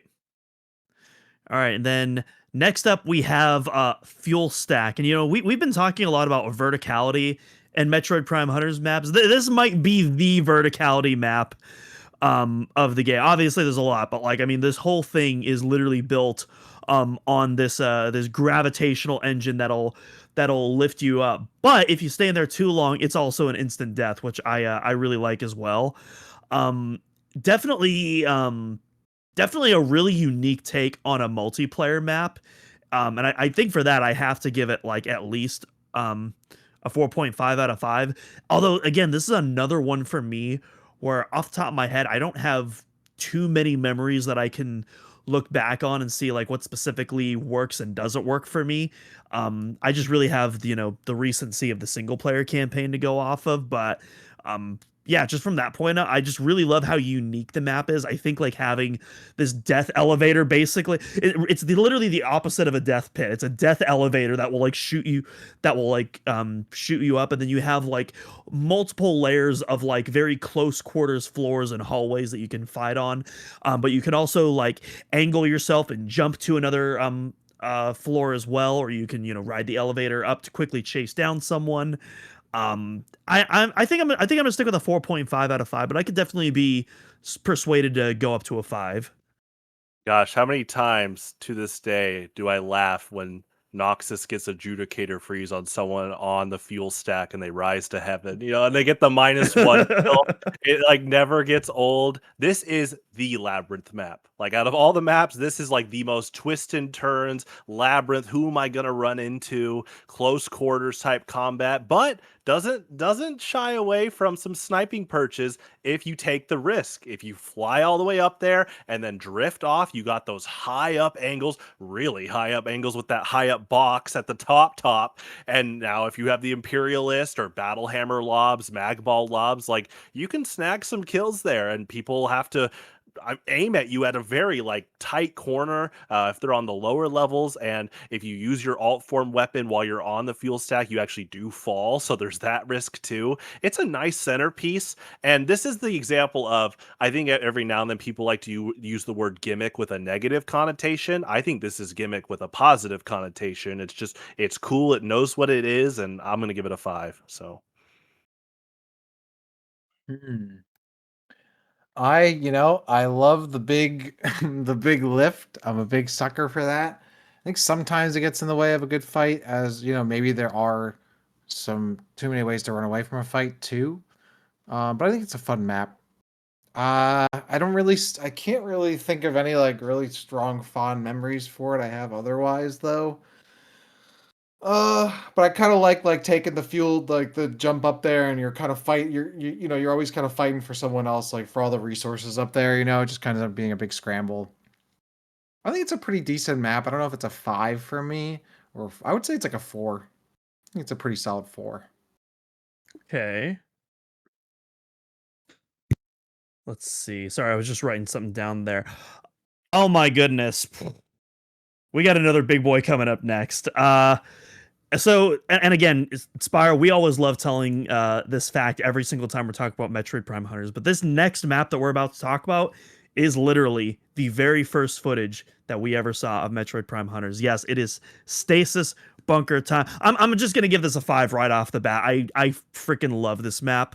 I love all the incarnations it's been in, whether it's the Morph Ball training mode, whether it's its place in the single player campaign or the multiplayer map in this game. This map really just kind of has everything. It has a wide variety of different close quarters, mid-range, and long-range encounters, really fun sight lines, a lot of cool shortcut paths, whether you're following the hallways or you're going from the gap in the middle to the second floor. It has a little bit of that labyrinthian, Metroidvania kind of like map design that I love, but it also doesn't feel like, too drawn out apart where, people can just like, run away, or there's always like it's always funneling you into a good pocket for engagements. The music on this map is absolutely killer. I know it takes place on video, but I love that they use the celestial music instead. I think it fits the whole scenario perfectly. Easy 5 out of 5 for me. what a cool way to repurpose. Like you said, it started as that with the early test footage and then morph ball mode in first hunt. And they maintained the morph ball mode terrain in now a multiplayer deathmatch. And it's so much fun. Like you just roll past. There's kind of like those arcs, the ramps, which is really fun. You roll, I'm thinking of like Spire and the Dialance, just rolling past, firing off fire blades, or your Weevil using the half turn on the upper level where there's the open circle and you're trying to get shot kills there. There's so many cool things that at the end of the day, you forget, oh, wait, there's just flat out like bunker windows at the bottom too, or it could be like a crossfire fight if it's just you and one other person. There's a lot of things going on in this map, but I mean that in a good way. And yeah, 5 out of 5. I really love that this was like kind of made out of a morph ball map. I think like Cannon's really cool on this one. The Sting Larva just really cuts off a lot of opportunities for people. Um, Weevil's, half turret kind of does the same way. It's one of those maps where I feel like it opens things up for some of the other hunters in more ways than like you're gonna see for like a Samus or a Trace or even like a Spire. Silex's a lot of fun on this map. I think maybe gunfights are a bit more compelling on some other maps. I'll give it a 4.5. It's not a harvester for me. It's certainly it's not a transit or a transfer lock, but it's right up there. So I think this is a good map, and I like that they carried it all the way through. Gotcha. All right. You know what? I actually got excited and I skipped Fault Line, so I'm gonna go back to Fault Line and cover that before we get to our next map. And I believe this is our final extended map. So we were talking about subterranean earlier, or was it what map was this an extension of? That was yeah, I think that was Subterranean. Yeah. Mhm. Yeah. Yeah, so Subterranean, and this basically adds the entire back section of the map. So in single player there's also this like this railway shooter section hallway. That's completely removed. It goes straight to the location where like all the force field maze is, as well as that lower floor where you collect that artifact. And there's also an extra door built in that leads to the bottom of the original area. And again, I'm not too hot on Subterranean as it was, and I don't really think the extra rooms add that much for me off the top of my head. But like I said, I also just don't have a lot of memories to go off of. So what did I give Subterranean? I gave that a 3, so I'm going to give this a 3 as well. Yeah, I mean, like I said, the extended maps I just kind of liked a bit more. In this case, I already talked about how Subterranean was like a big social map, and there's a lot of different rooms to fight different people in 4 player. Now you basically add, like 3 more rooms if you count a hallway as a room, but I'd say 2 total in the back there. So it's actually not super extended, but just enough that that child wonder in me was like, "Whoa, what's this small ice cranny?" And I'm floating, and oh, I found double damage here, and it's fun. I like it. And with team fights, you can give enough space for you and your teammate to make a plan, whether it's capture the flag or team deathmatch. It's fun on Survivor because you're kind of going out, you're hunting someone in a big long stretch of a map. I will say we're about to get to the gateway maps, and those are all just big lobbies. But this is a big map that's not a lobby, and I think it has kind of a niche for that, where it's just a long, kind of Metroid compact, almost Magmore caverns like with hallways type map, and I like it, so I'm gonna give it a 5. A Metroid Prime 4 map. Yeah. Yeah, I don't really have much to say on this one. Spire, I think you pretty much got it. Like it's pretty much the previous map with like 1 or 2 more rooms. So whatever I gave Subterranean, I'm just gonna give to this one. I think I gave that a 4. I don't know. Let's see. I'm checking right now. Yes, you gave that a 4, so I'll Yeah, just I would give copy this one that a 4 down. too. I don't really have any large or small opinions on the map besides what I already said for Yeah. Subterranean. And Inspire, did you tell me your score yet? It's 5. Yeah. A 5? Okay, got it. All right, and then skip Stasis Bunker. And then yeah, our last map before we head to the gateway section is Headshot, which has to be the funniest map name in the area, because I definitely, of all the multiplayer maps in Hunters, I don't associate this one specifically with headshotting. I more associate it with the death alt that's located in the center. This is another very Halo 3 Forge-esque type of map It looks with really the cool. with kind of like you even have like the you have the jump pads, but in the low gravity they act more like the man cannons do in Halo 3, where they kind of slowly like throw you to the center. And then of course you have the fight for the Imperialist in the center, which again, at least in my experience, haven't really seen much uses of that in this map. Seems more people typically try to go for the death alt and fight for there. If you don't get the death alt though, I personally like there's also a little shot coil power up, which I'm definitely a big fan of. Um, I will say I use the word stupid for outer reach, and I also use the word stupid here. I think this is gonna go a fair bit lower, unfortunately for me, than outer reach. I think it's a fun map, but definitely not as good as outer reach. It definitely feels a lot more segmented. Like it definitely feels like a lot of things should be funneling into the center, but because it is so easy to just drop through and get launched back to the platforms again, you do have a lot more downtime than I think you should have in this map. So I'm probably going to give it 3.5. This map definitely has the most jump scares for me growing up just because of those alt form tunnels, because you respawn where those tunnels end. So there are times where someone's popping out right there, right when you respawn. It's like, oh, hey, how's it going? That being said, you can shoot missiles right through those tunnels to try to get a kill, which is cool. This is a lot like Harvester in the sake that it's a really cool looking floating space station that I would like for Samus to just encounter one day. Like some Metroid character gets a SOS from a Federation trooper and it's a headshot. Like there's a cool way you could add lore to this type of map. It looks cool.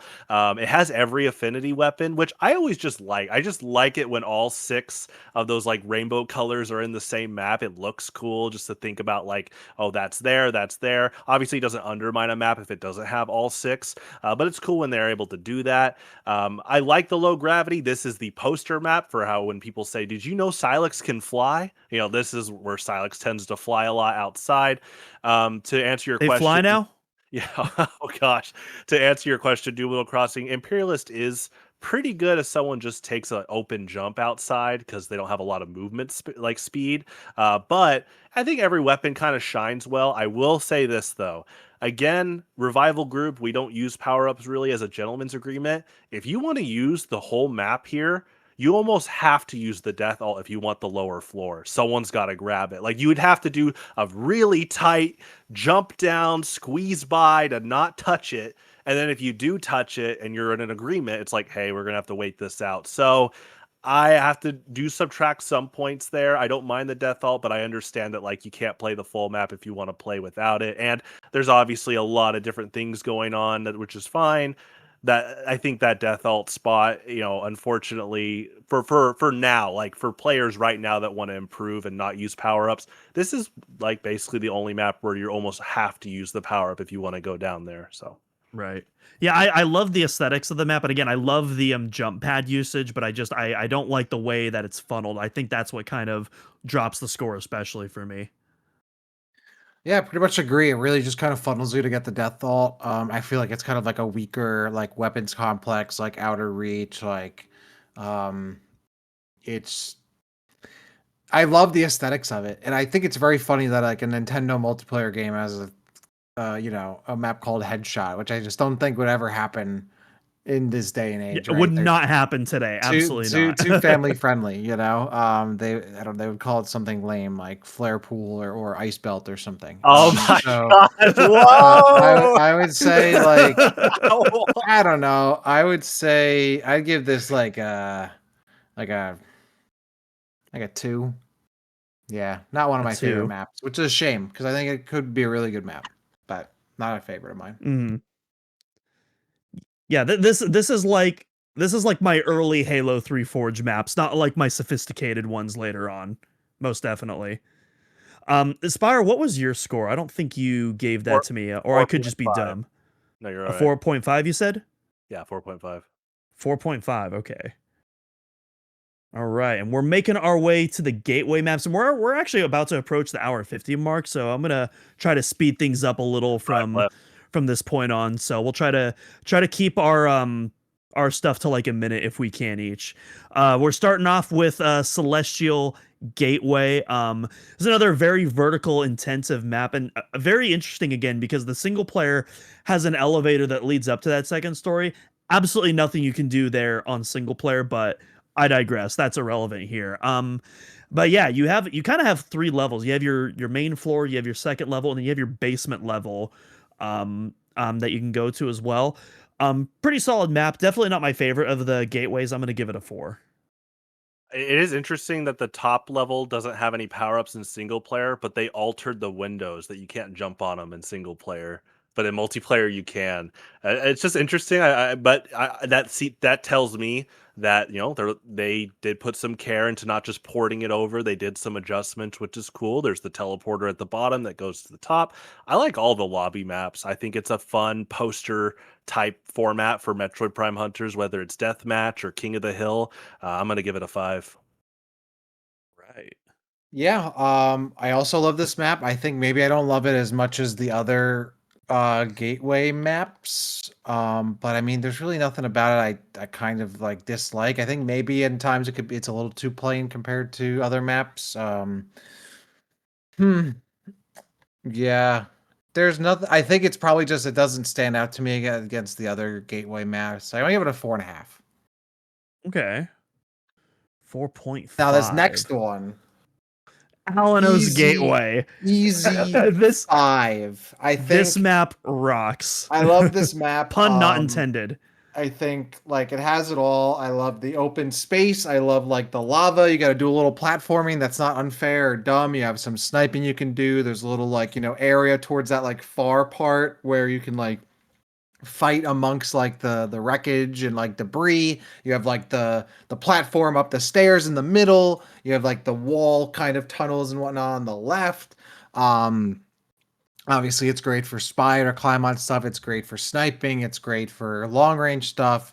Maybe like Noxus is probably like one of the weaker characters in like canon, but like who cares? I think canon's actually fine on it, especially on the top like middle platform. Really cool aesthetic. I love it. This is I think like next to like Harvester. Might be like my second most played like map in the game. I just remember so many games played on Alinos Gateway. Really, really fun. I think it kind of combines like it's great. It is definitely a W. I love this map. I think there's a lot that everybody can do on it. I would say, yeah, easy 5, easy 5. Yeah, Spire, this is like your least favorite map in the game, right? It's one of those favorite FPS maps ever, and you know what? Noxus can use like the jump pads for shadow freezing, and because there's no vertical limit on that hitbox, that's like his own kind of special niche he can do there. So that's another thing I like about these big open maps is there's a lot of different power ups you can grab, and it's a deathmatch type FPS game, an arena shooter. So no matter what character you play, you can also grab the available weapons there. So there's all these different mix and matching. And I mean, it's just cool that they made Spire lava proof. I'm not over that because they didn't have to do that. But someone was like, dude, he's a silicon based alien. He should be able to run through the lava. So how many people just had fun going to the lava fall for a bit? Again, the childlike wonder. And also that kind of Alinos multiplayer choir music that plays. It's great. It's fun, and I enjoy the landing pad for Samus's ship as like a multiplayer terrain. It's a big centerpiece. 5 out of 5. Yeah, so I literally already wrote everyone's scores because I knew exactly where this was going. But yeah, this map, I'm also doing a 5 as well in case it wasn't obvious. But yeah, this map just kind of has it all. Aesthetically, it's killer. You have that ruined Alanos architecture, but it's just overflowed with like all sorts of lava, and then you also do have it running down like the landing platform too, which looks cool. I think these might be my single favorite jump pads in the entire game, just because how widespread they go and just how much you can chain with them, and you can just decide if you want to hop off one when you arrive in your area. You can do that as well. Despite how wide the map is, you're always being funneled into an encounter because of how well those jump pads are utilized. Like you can like chasing someone down is actually not an impossible task on this map. You got close quarters, medium range, tons of long range encounters, and this obviously for a lot of people best map in the game for a lot of those long range encounters. Yeah, it pretty much does everything it sets out to do perfectly. Easy 5.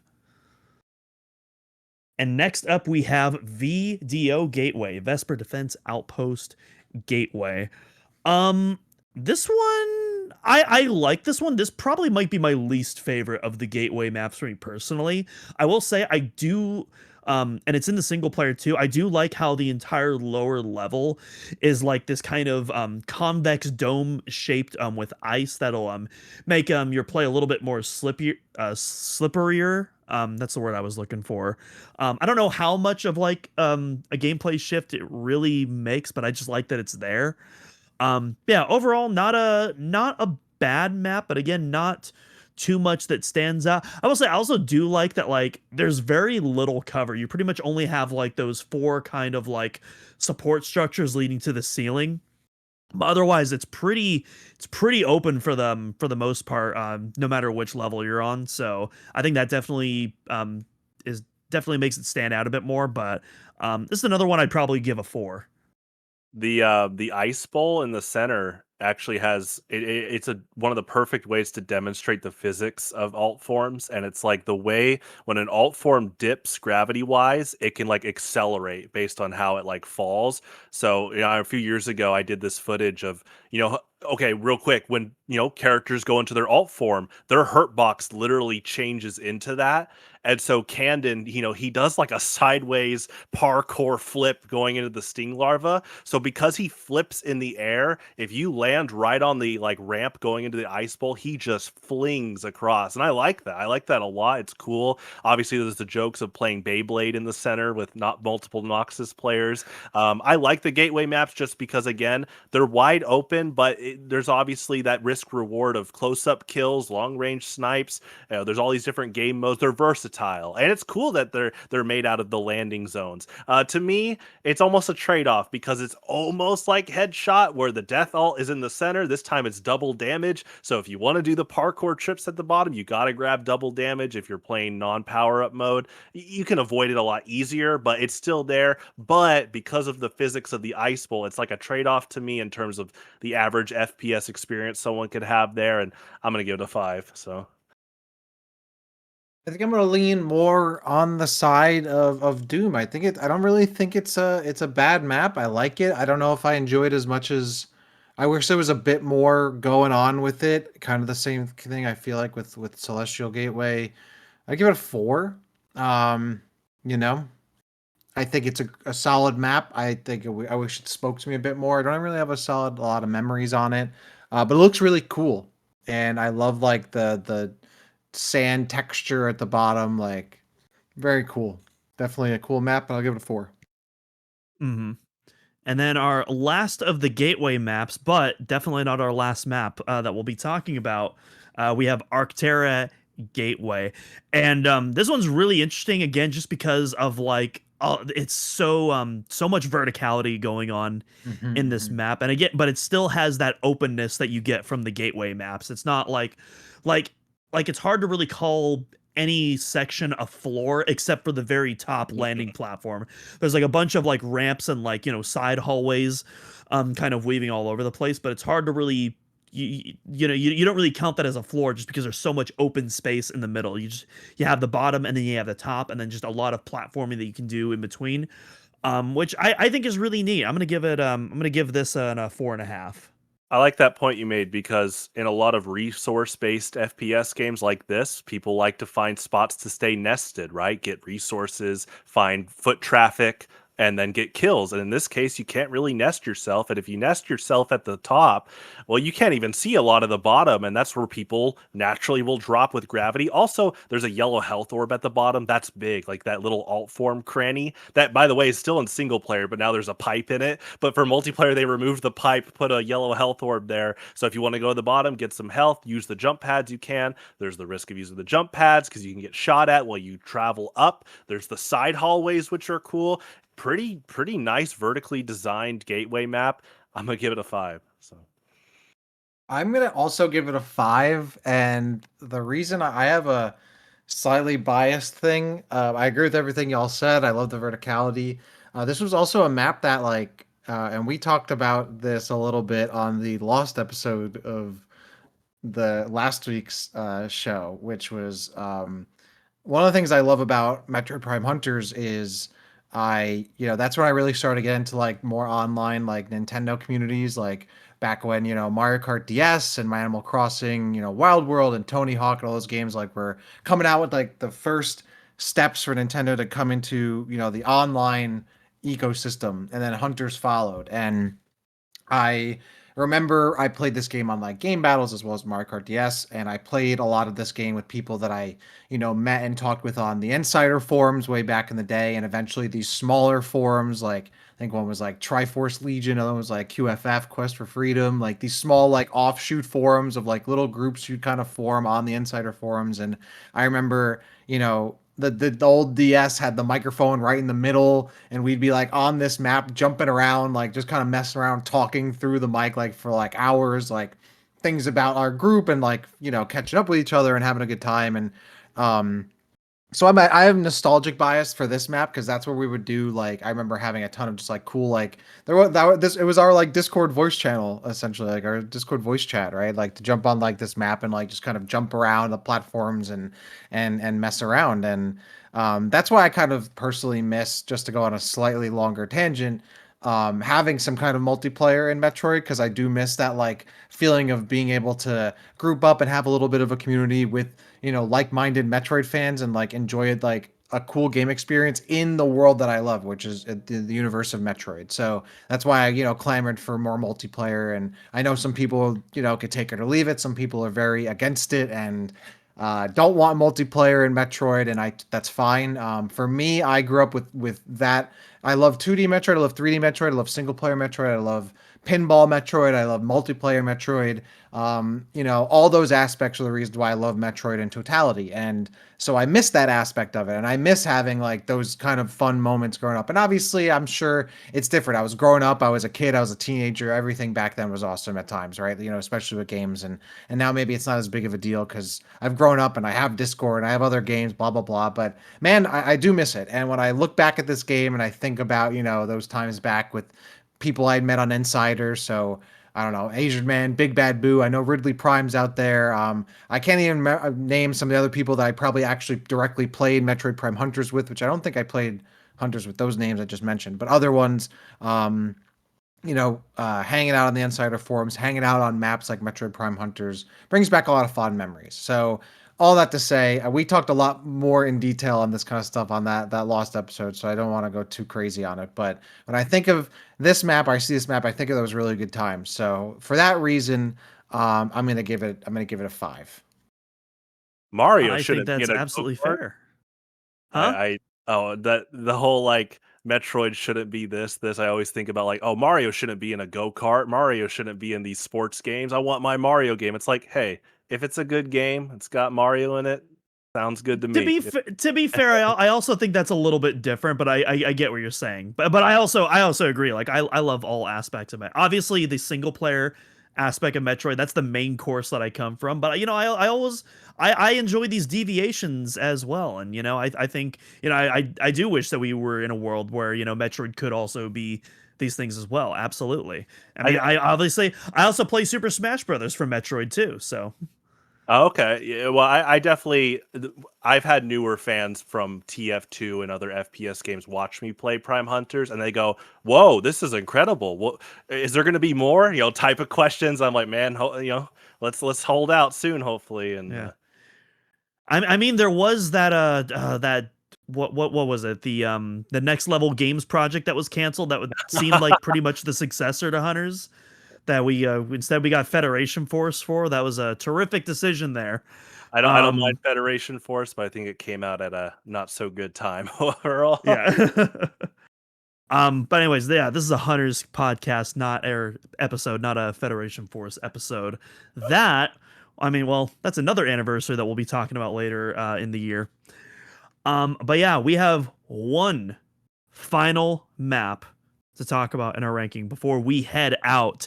It is, of course, oubliette, which, by the way, I just learned recently is actually a real word. I thought for most of my life, I thought that was like a made up in universe word. No, it's a French word for kind of a horrific prison, actually, that was like devoid of light, which kind of fits the setting in Metroid Prime Hunters, as this prison that's sealed off in this alternate reality.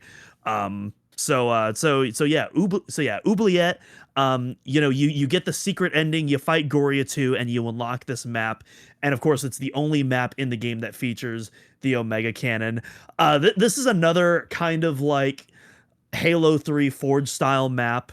And I absolutely love it. It's goofy. The Omega Cannon makes it so cheesy, and I love every bit of it. It's an easy 5 out of 5 for me. I also love, and Spire and we talked about this in the single player episode where I love the art direction of Oubliette in general. Like vibes wise, I love everything going on here. It's very, very Quake 1-esque in particular, not so much Quake 2 and beyond. But yeah, this map just oozes Quake 1, which is an art direction I'm very fond of. And so seeing kind of a Metroid take on that, I've always been a huge fan.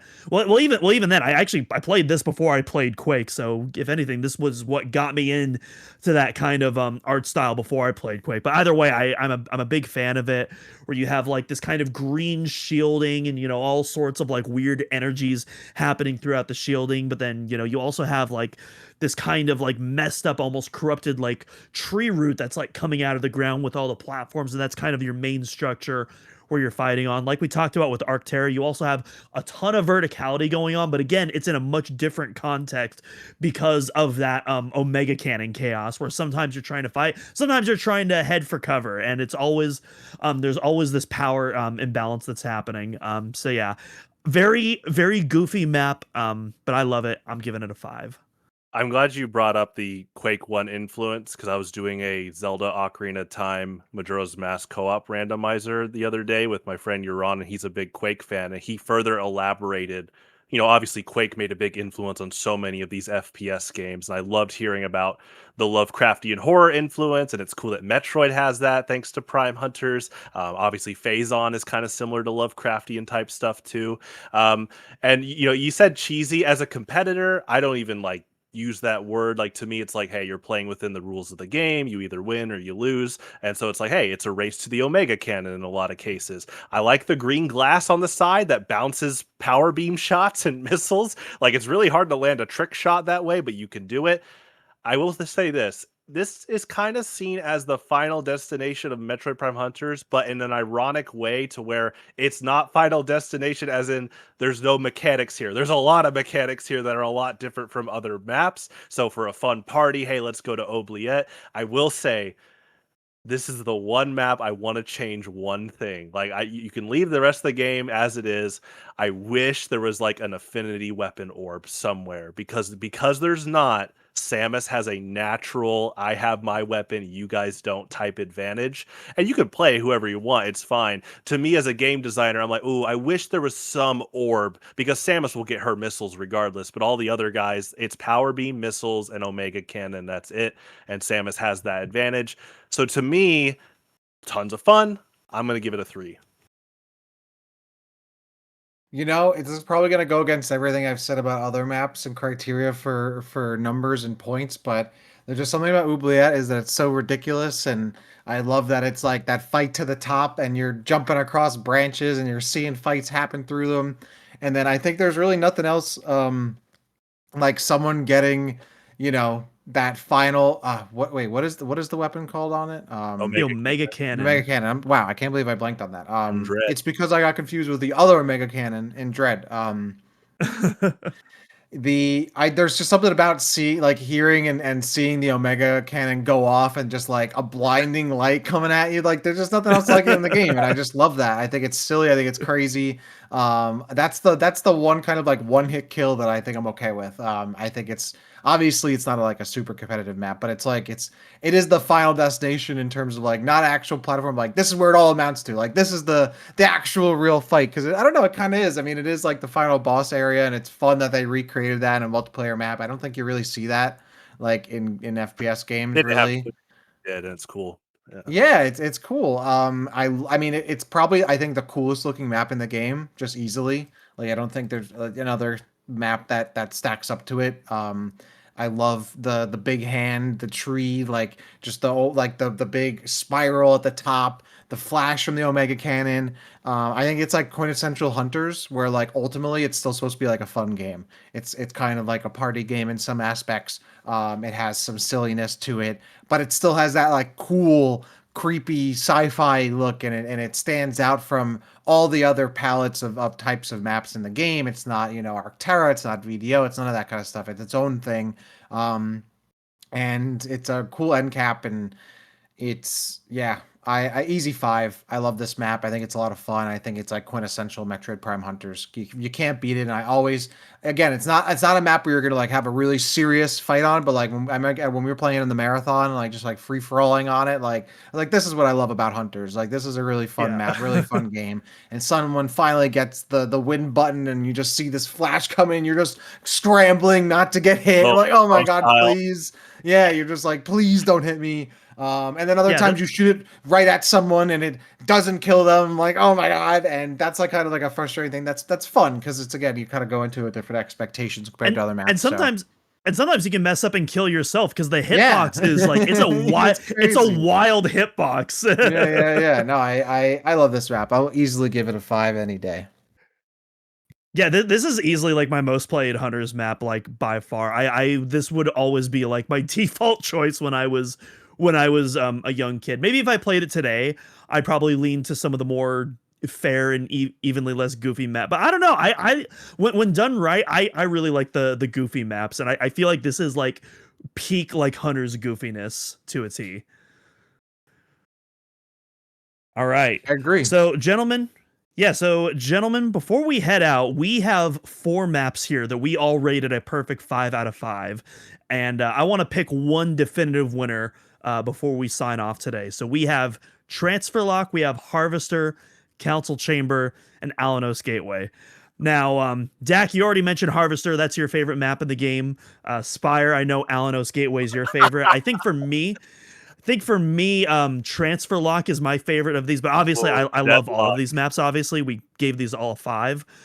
So I think right off the bat, I'm gonna toss out Council Whoa, Chamber. whoa. Okay. What map? No, Yeah, keep going. yeah. Keep So I going. Keep think going. Keep going. yeah. So that leaves us Transfer Lock, Harvester, and Alanos Gateway. What do we want to crown the number 1 to? I It's time think to call in Andy for the rogue pick. I was gonna say, I was like, you have to message him right now. Literally DM. I'll DM. I DM him right now. Someone DM him and be like, out of these 3 maps, which one Okay. is the best?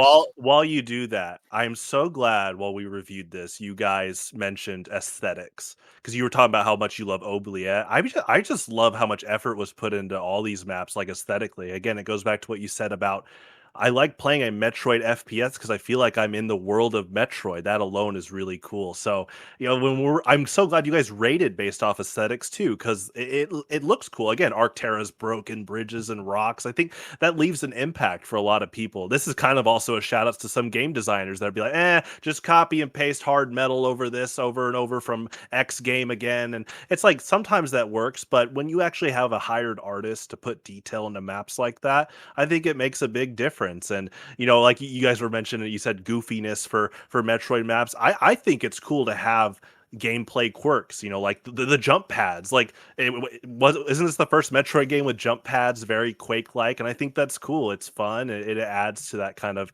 atmosphere. But what's also cool is the maps still feel pretty serious, like you said about Oubliette, and I like that a lot. So Yeah, I don't know if Andy will get back in time before Wait, we stop recording on which this maps? episode, but Which maps is it? we'll definitely get an answer before the episode is posted at the very least. I can promise So y'all that. Harvester, Transfer Lock, Alinos Gateway. and Alinos Gateway. Yeah. He Pick might All reply one. on banger that. maps. He went from or offline invisible to idle. So I know he is looking Okay. at he's looking at something. Harvester, Transfer Lock, or Alanos Gateway. Pick one. Will Okay. he respond? Okay. I'll give What? anyone else have any other comments. The only other thing I can suggest is if he doesn't respond, we spin a wheel. One Someone more pick up. thing. Yeah. While we're waiting, thankfully Dak City has these Nintendo Power issues, and I wanted to mention last week that one issue with the Prime Hunters on the front. That was a big impact for me. But I actually was already sold on the game from the March 2006 issue with Chibi Robo on the front. And I Mm. actually ended up buying Chibi Robo too. Talk about one of the best soundtracks ever made. Like, the Chibi Robo's a great game. I think it's like page 44 in the Chibi Robo one is where it showed all the Prime Hunters next to each other, talk about marketing. And that's where I was like, wow, all these characters are Well, so I know we're cool. talking about Metroid Prime Hunters, but there is Oh, a hey, I full have that. spread Yeah. Sonic Riders Yeah, like yeah, I have Hey, that. Oh and my gosh, it is the Rub Rabbits. Yo, what was going on in Nintendo Power, bro? What uh, is this? I think what was this? Nintendo was wild in Whoa, 2000s. I that's mean, to be crazy. fair, to be fair, I feel like Nintendo always has those years where they're wild. Like, I remember 2017. There was God, who is Twin Tail from Arms. I'll just leave it at that. Obviously, the Xenoblade games definitely engage in some of that to a degree. Actually, Oh not even to a yeah, degree. That's a very much a large part of those games. But oh yeah, man. there's always those I years where Nintendo do be wild in. I miss Nintendo Power, man. I mean, just going yeah, through like these old stuff. You got the ads. You got like the corner where people like wrote in and whatnot. yeah, You had yeah. the game's forecast, and then these big spreads. And yeah, let me try to I got to go through. I'm so Find glad that I kept all page. of these. Yeah, Some of seriously. these issues are just so good. I don't know how you guys got Nintendo Power. I went to my local Blockbuster Oh, and would pick them up manually and buy them. I'm just flipping through right here, trying to find. Most of them I picked up at my local Rayleigh's, which is still active oh by the way, wow. back in that area where I grew up. But I would pick them up manually. There were a couple years where I did the full year long subscription as well. And I remember Mhm. one year in particular, I can't remember what issue it was, but that's how I got my Metroid Prime 2 Echoes bonus disc was through Nintendo Power. So I was able to play the demo of that game like a couple of months before it came out, and I played the hell out of that demo. I know obviously this is Hunters, not Echoes we're talking about, but yeah, I definitely, yeah, Nintendo Power was so much fun, especially because this was before I had a computer, and so I didn't really have internet access. It wasn't until like late 2004 where I finally got my family computer, and I think I first discovered Nintendo Power in 2003. It was the Mario Kart Double Dash cover, which Mm, looked so sick. It was on the DK Mountain map. yeah. And yeah, it was just, yeah. If you guys know the picture I'm talking about, like Google the Mario Kart. Yeah, yeah, that You Hunter's go picture right like there, We I got think it was the gnarly. Metroid page. Prime Hunters feature here, the with the Oh, different there it is. background. That is the exact page where I saw Spire. Yeah, I decided he was my main in 5th grade. Oh so man, that cool. takes me back. And this was only a two-page thing, and then it was the issue after April of 2006, volume Oh man. 202 of Nintendo Power. I was all about to turn 13 years old in a month later, and you had this. Oh, and is this the look at Oh my that? gosh, you still have Oh, the poster. Look at that! I got dude, the you still have the poster in oh, I here, want that man. so bad. I lost And you my got the interview with the awesome. team and very very cool. I man, I poured over all these magazines I mean, I was buying like every month's edition for a few years, back then with look at the look at that. That's Wow. cool. Awesome. I got to go through all these old issues because there's just so much cool gold in here. Here's your boy right there.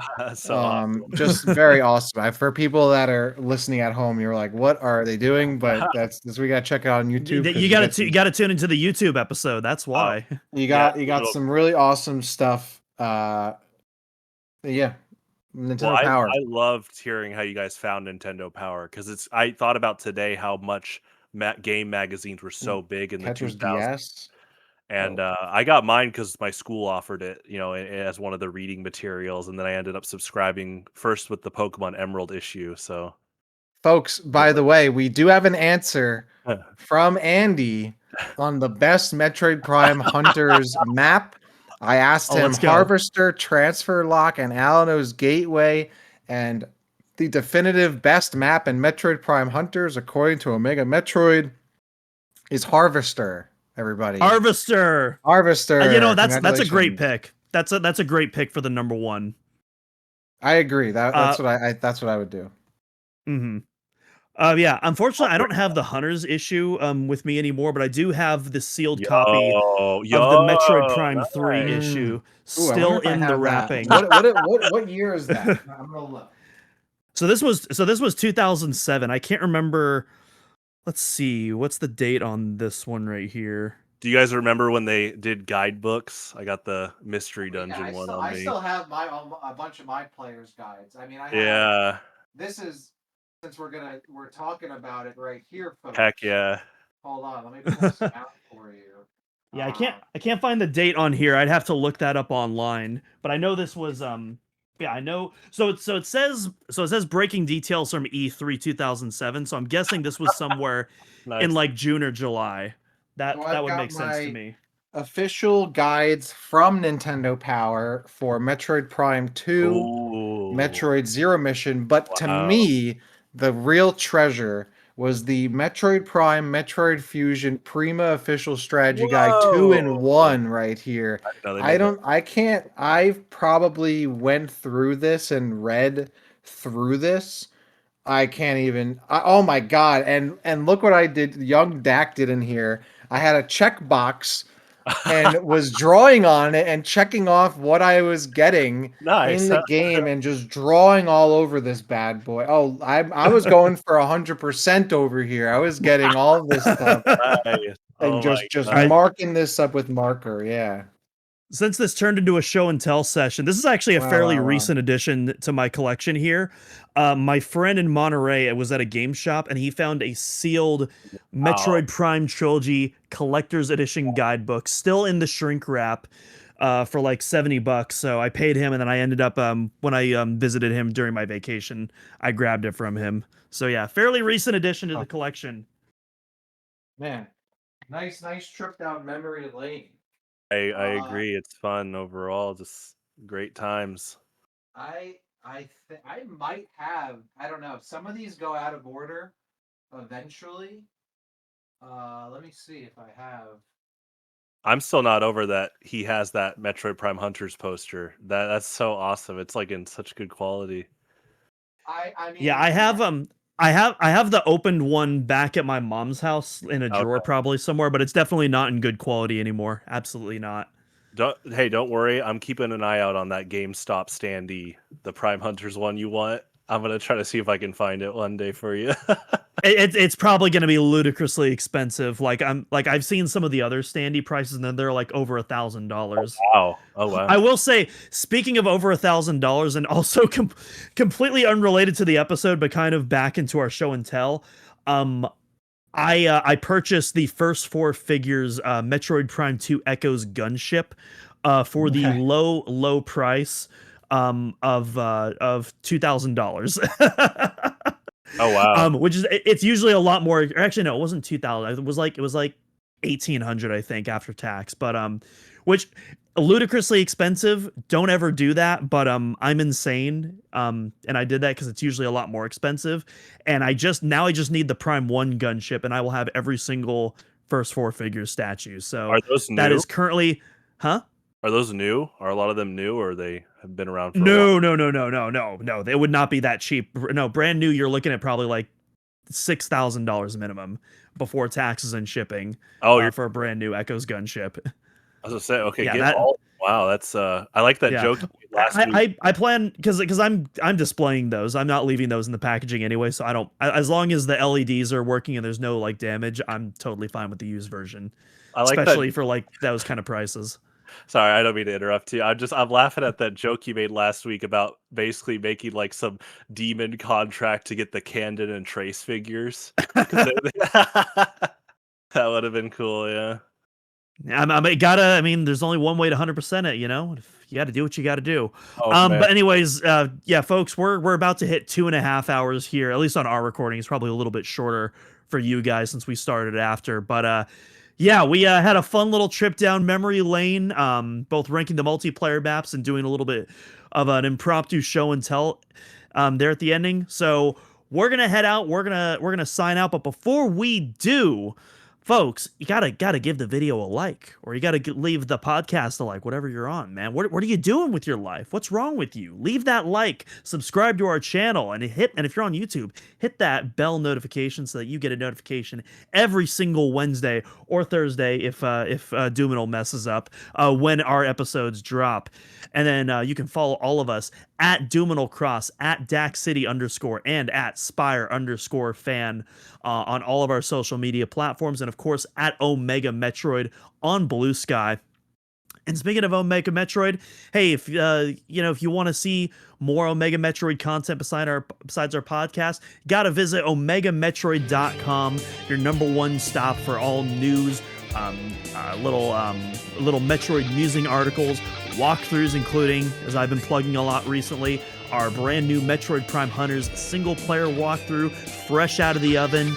You can download our podcast theme if you want to listen to that full 3.5-minute theme. It's down in our description for free. And yeah, that'll do it for us today, folks. Until next time, see you all next mission.